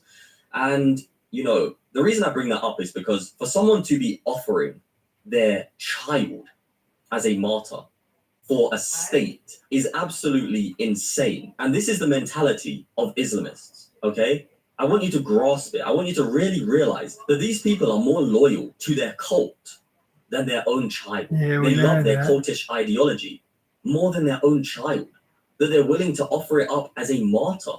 For what? It's mental. And that is the ideology that is trying to plague the Western world. Billions of dollars have been pumped into universities in the West to confuse and manipulate and brainwash people. This is documented. You can research it for yourself. Universities being funded by Islamists with oil money, or maybe that money is coming from even worse sources, right? Probably. But anyway, just sick, unbelievable. And Paul Golding tweeted, Zoran Mamdani, the new mayor of New York, once shared an article questioning whether the murder of Lee Rigby was terrorism. Al-Qaeda has taken power in New York. It's unbelievable that a man who said such a ridiculous statement, for those of you who don't know the story of Lee Rigby, I recommend you go and research it, because for someone to say that is not terrorism is just... Okay, Dave, that is a good example. Malaysia, they're not like Indonesia, are they? They're neighbours. That's a good point, mate. I've got to admit. Unreal. It's insane. It was one of the most obvious terror attacks in the United Kingdom that has ever taken place. And here's Mondani once again admitting that he won't be able to fund his socialist plans. He had said he'd tax billionaires, but now he's faced with Gov Huchel saying she won't do that. So how will Mondani fund socialism without raising taxes? He won't. He's a total fraud. And yeah, we saw that video earlier of him saying, oh, send him money. Like literally, you can't even make this up. This guy is asking the population of America to send him money when he said he was going to make things free. Anyway, take a look at this. She hasn't endorsed all your funding plans yet. No, but she has said that this is of immense importance to her. And what I've said time and again is the funding plans I put forward are the ones I think are most straightforward and direct. And also, if there's another means by which to raise the funding, the most important thing is that we actually fund this thing. Yeah, and breaking news, he's not going to be able to fund this thing. He just wanted to get into a position of power, and he used gullible idiots to do so. Meanwhile, this is New York. Yep. The ad for one best-selling upgraded silicone. How in the hell can the Dems be voted in anywhere after what Trump's been doing? What's wrong with him? Dentures. No dentist required. Tested by over 1,000 people. Yep. Hundreds, maybe thousands of Muslims on the street praying. When they have mosques. Don't they have mosques in New York? Obviously they do. But no, they want to pray in the streets because now they have a Muslim mayor. What's going to happen? I'll tell you Americans exactly what will happen unless you wake up immediately and put some policies in place to prevent these insane people from getting into power. It's going to turn into London. This is London, one of the most beautiful parts of London. Oh, Dave, you're not saying jihad no longer happens. Surely you're not saying that. Actually, I know exactly where this is. I've walked through here many times.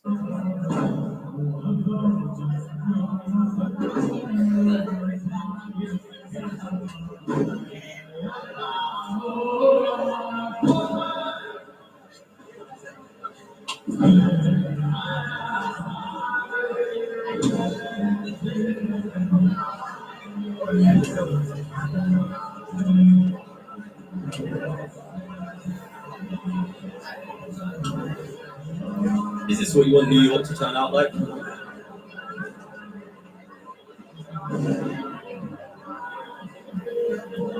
Okay, Dave, tell that to the Jews on October the 7th that were kidnapped and murdered. Tell them that wasn't jihad. Tell them that wasn't Islamic jihad. This is Piccadilly, by the way.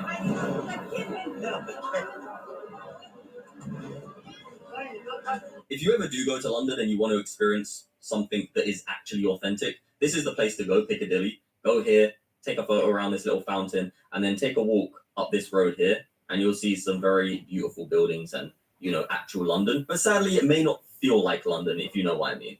But at least the buildings still look like London. Unless the Islamists start trying to do what they've done across the Middle East, where they try to tear down the authentic statues of Christians and that kind of thing, you know, I wouldn't be surprised. And you're not going to want to miss this one, because this story shocked me for two reasons, right? Number one, the story itself was shocking. But number two, it was reported by the BBC. Like, wait, what? Did the BBC decide to do like factual stories now? What's going on? Did the BBC have a change of heart? Let's take a look at this. This is Top Store, a high street mini mart in Crewe. Inside are undercover journalists posing as an asylum seeker. He's here to meet this man, Sergio.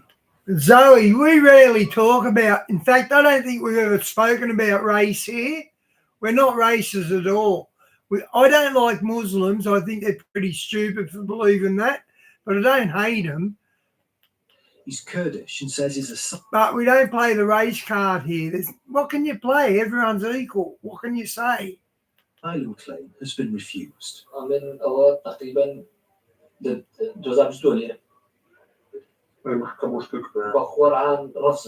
But somehow, he says he owns this mini mart and now wants to sell. £18,000 cash out of sight of authorities. A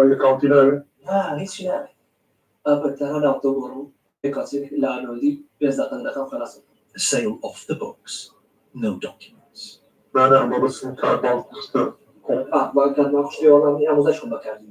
And how does Sergi deal with utility bills?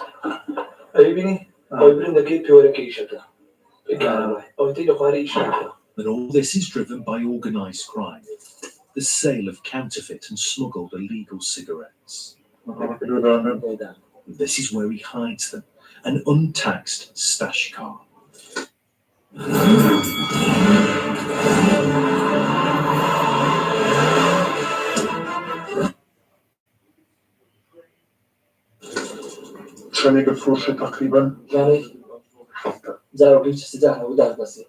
And here are some of those paying customers, teenagers. The searchy admitted he sold vapes to children.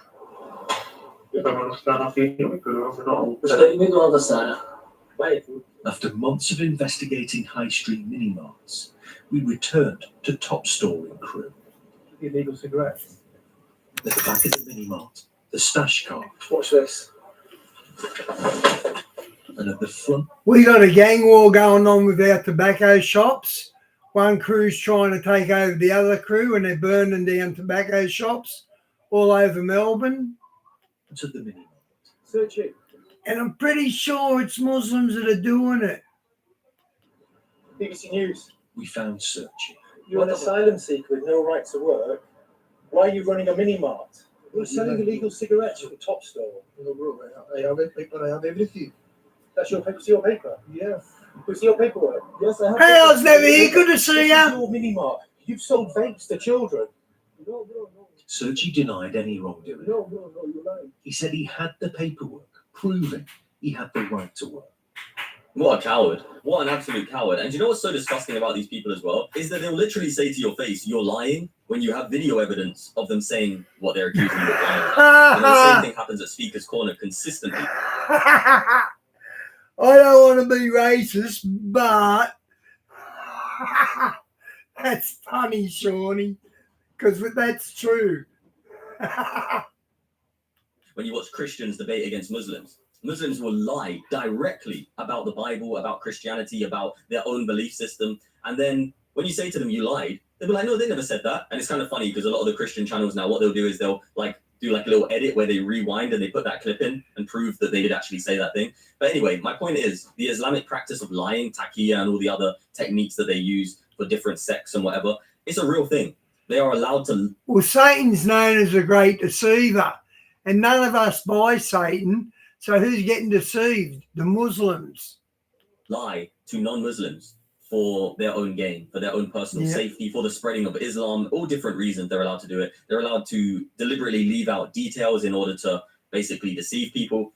And this is another example of that. One thing I did notice about this BBC report, though, is they did leave out a lot of factual information. And we all know what that factual information is, right? About this person's identity, so-called asylum seeker. Anyway, I've got one more clip to show you. I did have a few more, but I'll show you this last clip and then I'll leave this information with you because it's very important that you understand this and share this with your friends and family. After you watch this clip, make sure you like the video, subscribe if you haven't already done so, and share this video with your friends and family because this clip here ties everything together, shows you exactly what's going on, okay? The Muslim Brotherhood, which I believe Donald Trump should ban already, their leaders openly explain how they plan to conquer America and Europe and destroy Western civilization. So why are they allowed to operate in Europe and America? Big question, right? Donald Trump, why? Okay, the Muslim Brotherhood took over Libya and took out Gaddafi, and they done that on behalf of Clinton and Obama. True story, guys. So did they create it? I don't know. They certainly used it. Is he allowing it? Muslims tried and failed to conquer Europe for 700 years through war. But now there's a much easier way, they claim. They say that they can peacefully infiltrate via immigration. Really? It's not that we've been witnessing that happen consistently here in the UK, is it? Or maybe we have. And Keir Starmer is a coward and a sellout with help from Western governments. I wonder what Western governments have been helping these mental cases out with their plan. Who has been labeling anybody who exposes the Islamic migrants coming over illegally consistently as far right, as bigots, as racist, as Islamophobes? Would that be, what's that guy called again? Is that Keir Starmer? Is that Sadiq Khan? Is that who it is? Okay, anyways, with help from naive Western governments. So there's also naivety there, remember? And voters. Now, who are these voters? Are these the lefties? Are these the ignorant, naive lefties? that the Muslim Brotherhood are talking about here? Pay close attention and you'll understand how New York and London ended up with Muslim mayors. Like I said, this is very important. Pay attention to this, everybody. 700 years of our trials to conquer Europe by force failed. They did something wrong, very wrong. Oh, man. They tried for many years to conquer Europe through wars, only wars. Hi, Charlie. This is Welcome to the channel. a soft Islamic conquest of the West. Basically, what the Islamic and again, I'm an Orthodox Muslim. What we couldn't do the last say 20 years, now the West is doing it for us for free and even paying for it. Allah permitted them to live off the infidel while they are subduing them. So it had sort of a parasitic type of attitude where they can live off of the host country, where their goal is to eventually eradicate the host culture and supplant it with Islam. Now, does it make sense why these people, if you look at the population, have the highest unemployment rate? This man here told you. The ideology itself has a parasitic element to it to drain those who are not part of it. And that is what we've been witnessing in the Western world unfold. I was never here. I think it's too late for England. They've got too many Muslims in there that are in the criminal scene and grooming and all that. I think it's too late for UK. It's too late for Paris. They've got a quarter of their city locked off to the Muslims. I think the West is on the verge of going, just going nuts. That is sadly what the cowardly leaders on the left have either turned a blind eye to or being completely ignorant of. And not only that, but attacked those who expose it. And that is why the tide must shift as fast and rapidly as possible, and why you play such a huge role in that. By sharing these videos, liking these videos, any information that you come across that is truthful and will help to save the Western world from this insane ideology, share it. And sadly, there's many people who have been afraid to share these types of videos with their friends, with their families, because they don't want to be judged. They think that their friends are not going to like them, or their family. No, because YouTube gives you a community strike. Are going to judge them. But it doesn't matter. Do you understand that if you don't do that, if you don't play your part and share and expose the evil in this world, then you're literally serving it. You're just as bad as the lefties who sit there and do nothing and actually help them. And I know that might sound harsh, but it's true. If you don't want to actually do even the easiest thing, which is like click a button and send it to somebody, when all the Diane, what's that guy from the 1800s who wrote, Albert Pike? He wrote the third world will be against the Muslims and the West. That's what he predicted, and that's the path they're following. hard work's been done, you're not helping the cause. You're not. If you don't want to just talk to your family about it, expose darkness, which is literally what Christ commanded, to expose the works of darkness, and to not let your light be under a bush, but put it on a mountain, meaning speak the truth from the hilltops. Don't just be like sitting in your house like, oh, I know the truth, and I'm going to shine in here knowing the truth, but I'm not going to share it with anybody. You have to share the truth. You have to be standing on the mountaintops, lifting your voice up like a trumpet. A way to do that in the modern world is by clicking the share button. That is not hiding under a bush. That is shouting from the rooftops, like what I'm doing now on social media. This is reaching more people than I would reach if I stood out on the street and just... Guys, there's a lot going on with that free atlas thing. There's a lot going on. We just don't know how legit it is, because NASA's shut. I always call it NASA. NASA is always shutting down when the critical footage is needed. So there is something going on with Atlas. Told people about this. So, this is very important what you're involved in. This is powerful what you're involved in. This will help to shape the future of humanity. And I got to a point where I really decided I don't care what anyone thinks. There's always going to be dumb lefty people. There's always going to be people who are uneducated, who judge the educated. There's always going to be those who are cognitively dissonant from the truth and try to attack those who are in the truth whilst thinking they're actually right. It doesn't matter. Their opinion is literally irrelevant if they are too far gone. If they've been handed over to their own delusions, then that's their problem. Keep exposing the darkness and speaking the truth, but don't let their delusion... See, that's how I think about Muslims. They've been handed over the darkness. More fool them. They can read as well as I can. ...and affect your mental or spiritual state. Just stand in the truth, which is Christ, and speak the truth from wisdom. They can't stop it. It's impossible. Absolutely impossible. For you shall know the truth, and the truth shall set you free. Anyways, I hope you all have a beautiful day. Thank you for watching this video. Okay, guys, got one more Tommy Robinson won and I'm sacking it for the night. Oh, was that it? No, this is it. Which one?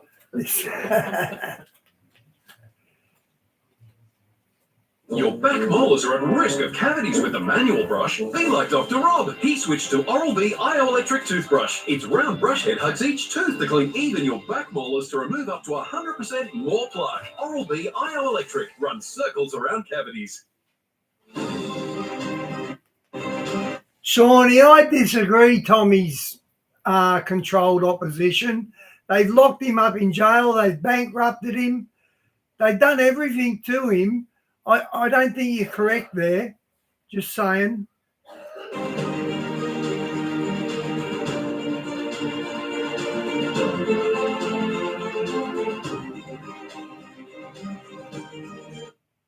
Israel and are pro-Hamas. They've been given the platform and they've been.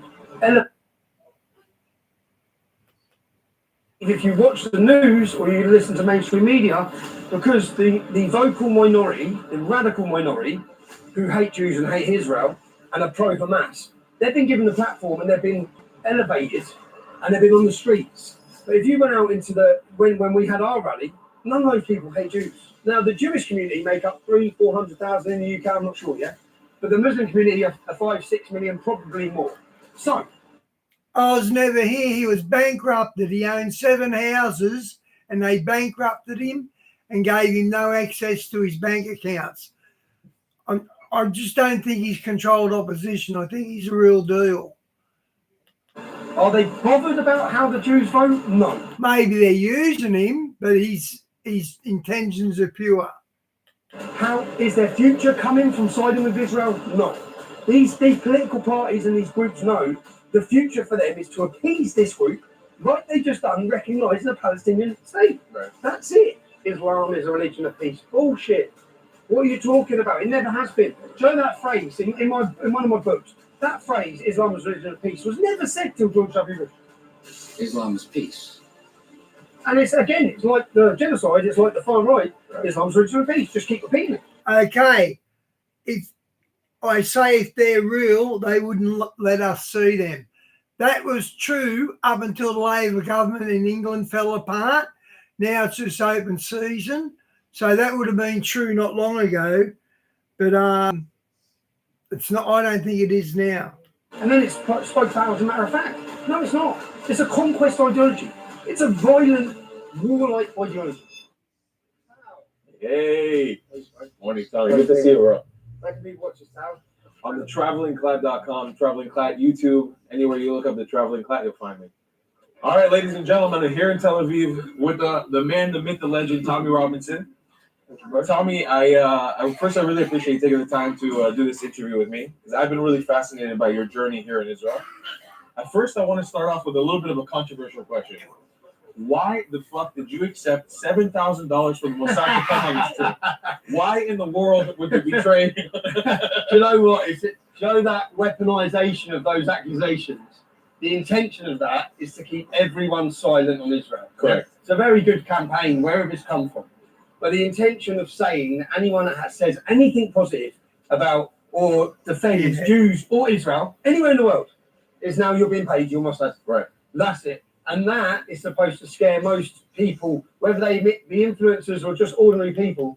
Okay, what he means by pro immigration, controlled immigration, where you know who's coming into your country. As it stands, they're just pouring in England's borders with no protection. So someone from the Middle East can have child crimes against him and go into England with no problems. That's the difference. To prevent them from standing up and speaking out. And it's actually very effective. It's very effective. I've watched all this. Yeah. So basically, the way they used to try and silence me or toxify me was to make accusations that I was a racist or extremist or far right. And that hasn't worked. It did work, yeah, and it made people afraid to stand next to me. Yeah, that's happened to me, by the way. Yeah, with you, with me. Yeah, I was afraid to, even though I believed the things you were saying 10 years ago. Yeah, I was too scared to ever vocalize my support for you because I was told you were far right, you were an extremist. Well, you see what they've done there to you. You see how you felt there. That's how most people now feel about Israel or Jews. Correct. Because they're scared to speak up, because they don't want the bombardment. Now, it's a very clever campaign, because I look through my messages now. Okay, sticking up for the Jews. That's a good sign. I look through the comment sections. They attack the comment sections. When I say they, yeah, Qatar, Iran, there's a mass influence that I think Israel has been losing. And I think that you're 20 years behind on the education system, as in the universities. They've been in there, they've been polluting the minds, they've been Zoe, you know what Starmer done? You know why he's under so much pressure? Is because he's telling everyone there's no immigration, no illegal immigration, but on the sly, he was doing deals with the United Nations to let undocumented immigrants into the country, and he got busted doing that. And that's why no one trusts him anymore. But the mass movement online, and I don't get fooled by it, yeah? Many people will. Correct. You think there's an army out there of people who hate Jews, but when you go on the street, say in the UK, like I read all the comments, and there's a few rising ethno-nationalists. I was never here, 100%. I don't know how they let these people in our countries. I don't know how they done that. They were never going to assimilate. It's growing in number online, yeah? But if they held their own rally in the UK, there'd be 50 people. Right. So let's not kid ourselves, yeah? But then you would believe, if you watch the news or you listen to mainstream media, because the Okay, this is 9 days old. He beat his charge about 2 weeks ago, and that's why they're letting him be on YouTube so much. If you played Tommy usually, they'd give you a community strike, but they've weakened up a bit. The vocal minority, the radical minority, who hate Jews and hate Israel and are pro-Hamas, they've been given the platform and they've been elevated and they've been on the streets. But if you went out into when we had our rally, none of those people hate Jews. I even saw Israeli flags out there. You see lots with the freedom flag of Iran alongside it. At every rally. Yeah. At every rally, yeah. And I'll give you a story. I come here, I went for a dinner here, and I spoke to a Jewish lady who's from London but lives abroad in America. And she flew back. She said, I flew back on my daughter's birthday to your event because it was so important for me as a British Jew to make sure I was there. I didn't know what to expect. I've never been on one of these events. So she said, I went back and my friend bought the Star of David. And when we went out on the streets, she goes, bearing in mind, up until this point, we'd felt so alone. And you know that isolation that Jews feel, of course, and they're feeling on their own? Well, that's how they want us to feel. And they've tried to make us feel like we're part of a fringe group and we're a minority, yeah? So she said she put a Star of David out and they started walking. She said, and she realised that they weren't on their own. There's an army here of men. And all the men were going, we're with you, we stand with you, we love Israel. So she said, all of a sudden I thought, oh my God, the British public, which is what that movement was, they don't hate us. Right. But for Jews, if you're watching the outside in, if you're in Israel and you're watching British news and you're seeing them talk about Israel. Dave, I relate to Tommy as well because he had the same sort of upbringing I did. He grew up fighting in football clubs and all that, being a street hoodlum. I went through that stage as a kid, even into my adulthood, and I come good. So I do understand where he's coming from. That's why I relate to him, because I understand his past. Because he's working class suburbs, so am I. Or I was. Constant Hamas rallies, constant Palestinian flags, constant sympathetic voices and attacks on Israel. You'd think Britain hates you. Now, if it was put to the Brit, especially with our government recognising a Palestinian state, a terrorist state, if it was put to a public vote, there would be no recognition of a Palestinian state. The British public have had enough. They don't support it. No, they don't support it. I do want to ask you, though, about this whole fringe group idea. This is something actually, I haven't really seen anybody ask you this before, and I've been really curious about it myself. I know that a lot of even lefty Jews and people on the left in general will criticize you for having an association with far-right groups, will criticize you for being a Nazi. The way they throw that label, I mean, I'm a Nazi today. Everybody's a Nazi. It doesn't matter who you are. But do you have any regrets for the associations you made with people in the past? Is there anything that you like, I wouldn't have done that? So again, I set up the English Defence League in 2009. Yeah. You've been told it was a far-right organisation, right? Correct. Yeah. Well, the entire time I led it. Now, the domestic extremism unit based at the Metropolitan Police Force, whose job it is to categorise groups like this. You have the BNP, extreme far right, National Front, extreme far right. Do you know the entire time I lived in Uganda? The police, the experts, I'll send you this. I'll send you this article. Okay. And I'll send you the copper got obliterated by the media. Yeah? He came out and said, "Oh, the English Defence is not far right. It's a centrist organisation. That's what it is." Yeah. And he came out and made that statement, and they attacked him so much. But that was the truth. Do you know why that was the truth? Well, I never heard of that. I was never here, but China's got a lot of gadgets, haven't they? Up in 2009, English Defence League, Jewish division, led by Roberta Moore, very brave, young, very brave Jewish lady in London, led by Roberta Moore. We had a Hindu division, we had a Sikh division, we had a lesbian and gay division. At every, So even while you were a Nazi, you were still fighting for the rights of Jews and gay and lesbian at people. every single demonstration, we had a non-white person speak. At every demonstration. Wow. Because I'm from Luton Town, you have to understand my upbringing, yeah? I'm from a town where many of the people I love, they're not white. Yeah. They're black. They've come from the Caribbean. Most of my friends are sons of immigrants. I was never here. Apparently, they got that technology that your phone can read what your mind before it even say it. That is a real thing, apparently. I have Muslims I grew up with that I love, that I'm friends with. Yeah? So that's how the English Defence League formed. Now, once they tell you something 10,000 times, it just becomes a matter of fact. Once It's effective propaganda. the media can push an agenda. Yeah.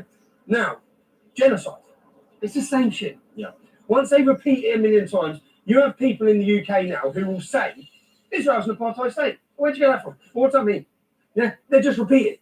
Israel's committing a genocide. What do you mean? Yeah. Let's look at the numbers. Let's look at the numbers but no one looks at the numbers. No one goes past the headline. They know that. So they know how powerful the media is. And they continually bombard it. Yeah. So that's what you were told about me. So when people talk about my regrets, just look at my history. Look at the presentation I gave at Oxford University. The far right, as in the Nazis, the ethno-nationalists, I'm a traitor to them. And I've been a traitor. And I bought, I don't know if you know Rabbi Nachman Shifrin. So we held a demonstration in 2010 outside the Israeli embassy in London in support of Israel as the English Defence League. Yeah? That's what we held. On each one of our demonstrations, you'd have seen the Star of David. And all of them. We flew over a rabbi. It's a funny story, actually. Wow. Rabbi Nachman Shifrin. He's called the Surfing Rabbi from California. He's a strong rabbi. Yeah? So as I went down, you have to understand that I grew up in Luton, so I grew up listening to Muslims all the time. 50% of the town's Muslim. I heard the derogatory comments about Jews. I saw the attacks on Jews. The Luton Islamic Centre, which is the terrorist centre, which is where terrorist after terror plot come from. That's the Guys, Diane's great with links. She keeps us up to date as much as I do with the links. whole synagogue. There's no Jews left. We appreciate you, Di. You know that. Yeah. So I understood very quickly. I was inspired by Gert Wilders. So I listened to him. I learned from him. Two people who helped me in my early days as well in understanding Islam was Robert Spencer, Kamala Geller. And so my worldview has been shaped by my upbringing as well in the town of Luton. So I saw lots of this. I saw lots of hate. True, I was. Whatever you talk about, within 2 minutes, Di's found a clip on it. Of Jews. So from the time we started, so when people have this view that I used to be some sort of racist, never have been. In fact, I sat down on trigonometry recently. It's a big podcast in the UK, and they said, "Well, you've evolved." It's like, no, I haven't. No, you've evolved. You know? Everyone else has evolved. I haven't evolved. I'm saying the same things I said in 2004. Dig up a leaflet, which I'd done at the Oxford Union presentation. I dug up He's only a little guy. Look at that. He must have a big heart to be involved in the football hooliganism. Leaflet. And if you take that leaflet that I made in 2004, which made the front page of my newspapers, and you read it, nothing's changed. What I say in that leaflet, we don't have a problem with ordinary Muslims, but there's a problem going on in our town. Why do the police not deal with them? Why are the heroin gangs not dealt with? Why are the terrorists not dealt with? Why are we attacked? Why aren't they? Why are there racial and religious attacks against whites and blacks in Luton? So from the start of my activism, I've always said the same. And I can confirm that, by the way. In the last year, my team has sent me countless videos of yours to react to, some that go back 10 years to the Oxford Union, some that are recent, like trigonometry stuff. And it's always been a very consistent messaging. And over time, to be honest with you, when they first sent me your clips, I was like, oh my God, Tommy Robinson he's this controversial character. I don't even know if I want to platform him because of what I knew about you from before. And as I kept watching your content over the last year, I was like, I can't even argue with the points you're making. You're speaking 100% truth. And I'll tell you above that, when I first used to travel, because before I was a travel video creator, that's what I did before October 7th. That's why Traveller. Okay. That's why the traveling class. The Traveller. I actually used to come to Luton quite often because I would fly and I would live around London in different places. And when I flew into Luton for the first time, I was actually shocked by what I saw when I arrived there, because I saw it felt like parts of East London where it was just like a Muslim enclave of the UK. And I was as a Jew, whenever you arrive in a situation like that, not knowing who you're dealing with, not knowing the demographic. So East London is a ghetto for the Muslims. So they've taken over suburbs in London. Wow. You're always a little bit like, wait a moment, I'm a little bit out of my character. And something that I wanted to talk to you about too is about that experience. When I was at your speech here in Tel Aviv, I was amazed to see how much support you have here in Israel. Like I was what? Dave, are you from Australia, to use the term Westie? Are you from Australia? Forgot I was like, wow, Tommy has a lot of fans here. And I realized that what you're fighting for, this idea of fighting against the Islamism of Luton, of the town you. Oh, that's right. You were the one who, on Oz. Yeah, I remember you, mate. No worries. It's actually something that 70% of this nation has, people who come from my background, Avi Yamini, who works with you closely, we're Mizrahi Jews. We're the Jews who came from the Middle East. We have a direct relationship with Islamism taking over our countries, our villages, our homes, kicking us out of our homes, and eventually expelling us or just murdering us outright. So when I was looking at the crowd that you were speaking to, I was like, wow, the people who Tommy is speaking to right now, they really get what you're fighting for. And and our public don't, or they're learning. And reason why people hated what I was saying 15 years ago. Right? Now they get it. Why do they get it? Because what I was talking about was what I'd seen. I didn't have a crystal ball. Like it's what the Arab Jews have seen. Yeah, they've seen it because their towns or their communities have been taken over. They've experienced the violence. They hear it from their parents. When I was in Luton town, and I'd seen the takeover of my town. I'd seen the grooming gangs affect my family, my cousin. I'd seen the rapes. I'd seen the violence. I'd seen the hostility. I'd seen something very different from one section of the town. And I couldn't understand it until I started going down the rabbit hole of Islam to try and work out what was going on. Now, you have many people who have described some Jews now as October 8th Jews, which was when many would have been awoken. And the reason I think many of these Jewish groups or organisations who were about peace and harmony in Europe, in Britain, in America, they saw, like we have some groups that attack me, some Jewish organisations that claim to be the voice of the Jews in Britain, and they attack me, and they stand alongside the establishment on every issue. Yeah. So even recently, this same organisation that's been attacking me constantly, then they're with Labour, they're supporting Labour. It's like Labour just recognised the Palestinian state, and then many of the Muslim groups that they've been having their arm around, having photos taken. Where were those Muslim groups on October 8th? I'll tell you where they were. They were calling for the river to the sea. Yeah. So the friends that you were aligning yourselves with, which I was fully aware who they are, you were apologising for them and thinking you could keep feeding that big Islamic crocodile. It's not going to eat you. Yeah. And on October 8th, they realised it's going to eat you. Yeah. It's coming for all of us. Yeah. So, and again, I've watched all of this. I think there's been a mass awakening now. The mass awakening that's happened in Israel since October 7th, we have to try and work out what that would need, what the equivalent is in Britain. So you had 1,400 murdered from a population of 10 million. Yeah, on that time. We'll say we've got the death rate. What was it? 1,400. They go up. So that's the equivalent of 15,000 Brits being murdered in one attack from 4,000 or 5,000 jihadists in Britain. If that happened tomorrow, I'm pretty sure the British population would uprise in scenes that the world does not see. Yeah, because we've had attack after attack after attack, and unfortunately, it's going to take a lot to wake Europe up. They need to see it. They need to feel it. They need to understand it. So the question is, have you learned anything here in your time in Israel? This life, you've been here? Okay, my favourite channel on food is Gordon Ramsay's Kitchen Nightmares. I love watching that on YouTube. For 10 days or so. Yes. Have you learned anything you feel you can apply from this country towards your fight in the UK and Europe? I first come here in 2016 to learn.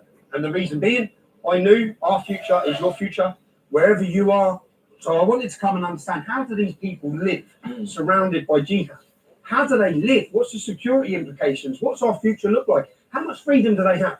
So I come here and I saw your bus stops, 2016, and I saw how fortified they were with bollards, and I thought, that's our future. Remember, we didn't have this thing. Correct. I thought, wow, we're going to have to live like this now. So you understand, in Britain, we have to have fortified. Every town centre is fortified with what we call diversity barriers. Yeah, where they Christmas markets, machine guns, with police with machine guns. And I actually done a story on this where I showed the Christmas markets in Poland, in Hungary, and then I went to the Christmas markets that were cancelled in Paris. The Christmas markets which are fortified with bollards all around them in London, in Manchester. I said, what's the difference between these two areas? So in Poland and Hungary, they're the Islam component. still enjoying their freedom. They don't have to fortify. Why not? Because they haven't had Islamic immigration into their country. So we're supposed to just accept the change to our nation when they're importing, giving home to the Muslim Brotherhood, allowing Hamas, allowing all these terror groups to thrive and grow.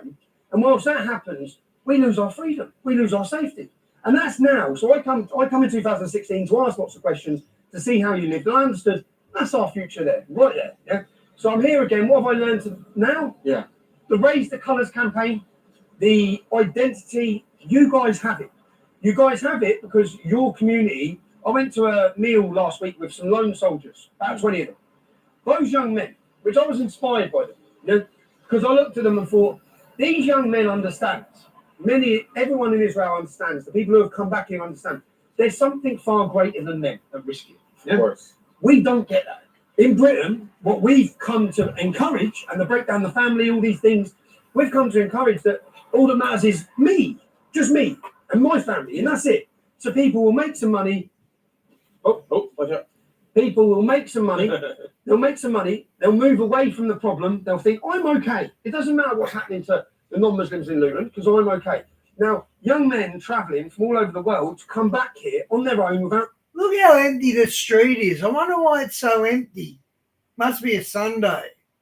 Their families, because they know something's far greater than them, which is their people. It's their country. It's their homeland.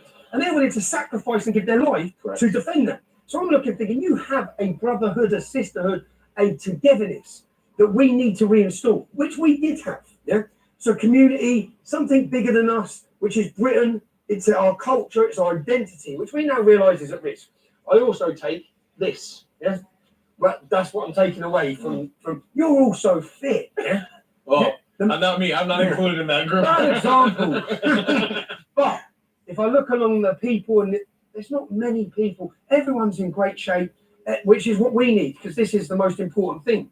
Yeah. Like in my experience, people say, what would you change? I wouldn't change anything, and I wouldn't change anything because even the mistakes I've made, which I'm going to have made mistakes, when I started the English Defence League, I was 25 years old, just so people understand. I had 7 homes at that point between me and my wife and 2 successful businesses. I was on a path to being a successful young entrepreneur. Yeah, I was doing very... This is what I was talking about, Shawnee. We've been owning 7 houses. Pretty well. And then I realised that it doesn't matter how much money I've got, and I can move, but at some point, I'm going to be on the beach. Yeah? I can't run from these problems. And it's far great. The problems are far bigger. I try to explain this to my ex-wife. Yeah, we've got 3 children, Jenna, right? But this is going to affect the whole next generation of children.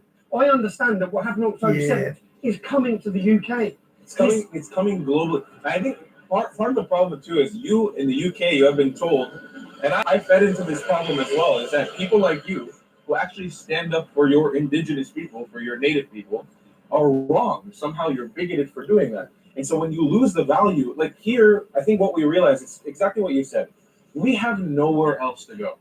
It's here or bust. If we lose this, it's over for us. We're cooked. You know, like we don't have an alternative. And when people in the UK, in my opinion, start thinking in that way, that when you lose, 90% of London to Qatar, when you lose 5% of your country to a radical movement, a radical religion who wants to take over, you're in an existential threat. You got nowhere else to run. And that, I keep saying that now, where are we meant to go? Yeah? When the country changes, when the demographic changes, when Islam takes over, where are we meant to go? Now, the Pakistani community, many of them, they can go back to Pakistan. Right. Somalians, you can go back to Somalia. But us, where are we meant to go? England's our country, it's our homeland, that just like this is the Jewish homeland. Correct. We've got 1,000 years of Christian history, and we are not going to give it up. That's what I say. We're not giving it up. We're not about to just be silenced. But the problem is, or the encouragement is that they managed through these slurs and these smears, like they're doing now to Israel, they managed to prevent the public speaking out. They managed to Thanks, James, for promoting the channel. Demoralise the public. They managed to paralyse them with fear. Because everyone was scared about being called a racist, and rightfully so, because that slur and that attack, remember how, if you want to know how powerful it is, it paralysed our entire country's police force, our government, and it allowed the rape of a generation of our daughters at what we now call grooming gangs. And then they turned a blind eye to it. They turned a blind eye and allowed kids to be raped because they were scared of being called racist. And the government and council did it because all they care about is power. Now let's put that equivalent and to understand an analogy with Israel, with the Jewish community. So they allowed a generation of our daughters to be raped, and the Labour Party. Okay, guys, I've told the regulars this before, but what happened in Australia in 2000, the Muslims gang started raping our girls as well, but we got hold of it. The coppers got hold of it, and there was about 20 of them, and locked them up for 25 years. So they didn't get a chance to do this grooming stuff, although if we let it go, they would have. The government allowed it because all they care about is power. So they didn't want to upset their vote bank. So rather than upset their vote bank, kids can get raped. Now, in 2013, and this is important to understand the Labour perspective on this, what they think. I was in my hometown of Luton, I looked in 2013, and I looked at the demographic growth projection for the communities in my town by 2030. So over a 17-year period, how the town was going to change. Bangladeshi and Pakistani community were going to increase by 70 to 77%. Crazy. The black and white community by 1.2 to 1.4. So Labour, the council, they know what's the future. It's the Pakistani and Bangladeshi community in towns like Luton, which are many towns now across the UK. So rather than upset them, they let them rape. Now, the Jewish community make up 300,000-400,000 in the UK, I'm not sure, yeah? But the Muslim community are 5-6 million, probably more. So, are they bothered about how the Jews vote? No. How is their future coming from siding with Israel? No. These political parties and these groups know the future for them is to appease this group, like they just done, recognising a Palestinian state. Right. That's it. And everyone is appeasing, even Nigel Farage, who's Reform's leader. He sat in an interview recently and he said the Islamic demographic in the UK is going to become so powerful by 2050 that we cannot alienate Islam. Now, if you're already putting up your white flag in the UK, how do you not alienate Islam? Well, you give in to them. And what does giving in to them look like? It looks like recognising a Palestinian state. It looks like throwing Israel under the bus. Now, Israel needs to understand that. And the Jewish community in the UK. You see the reaction by UK government after. Diane, but we got justice. We saw the mongrels locked up for 25 years. They're only just getting out of jail now. They've been in jail since 2020. No, since 2000. The Manchester attack on Yom Kippur, and it was abysmal. I mean, they were openly laughing about it.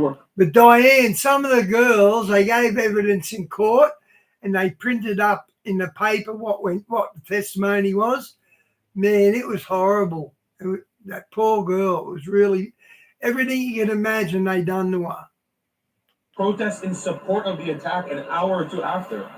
That is a part of that problem. That's giving up. That's raising the white flag, saying, you know what, take over my country. What's the future?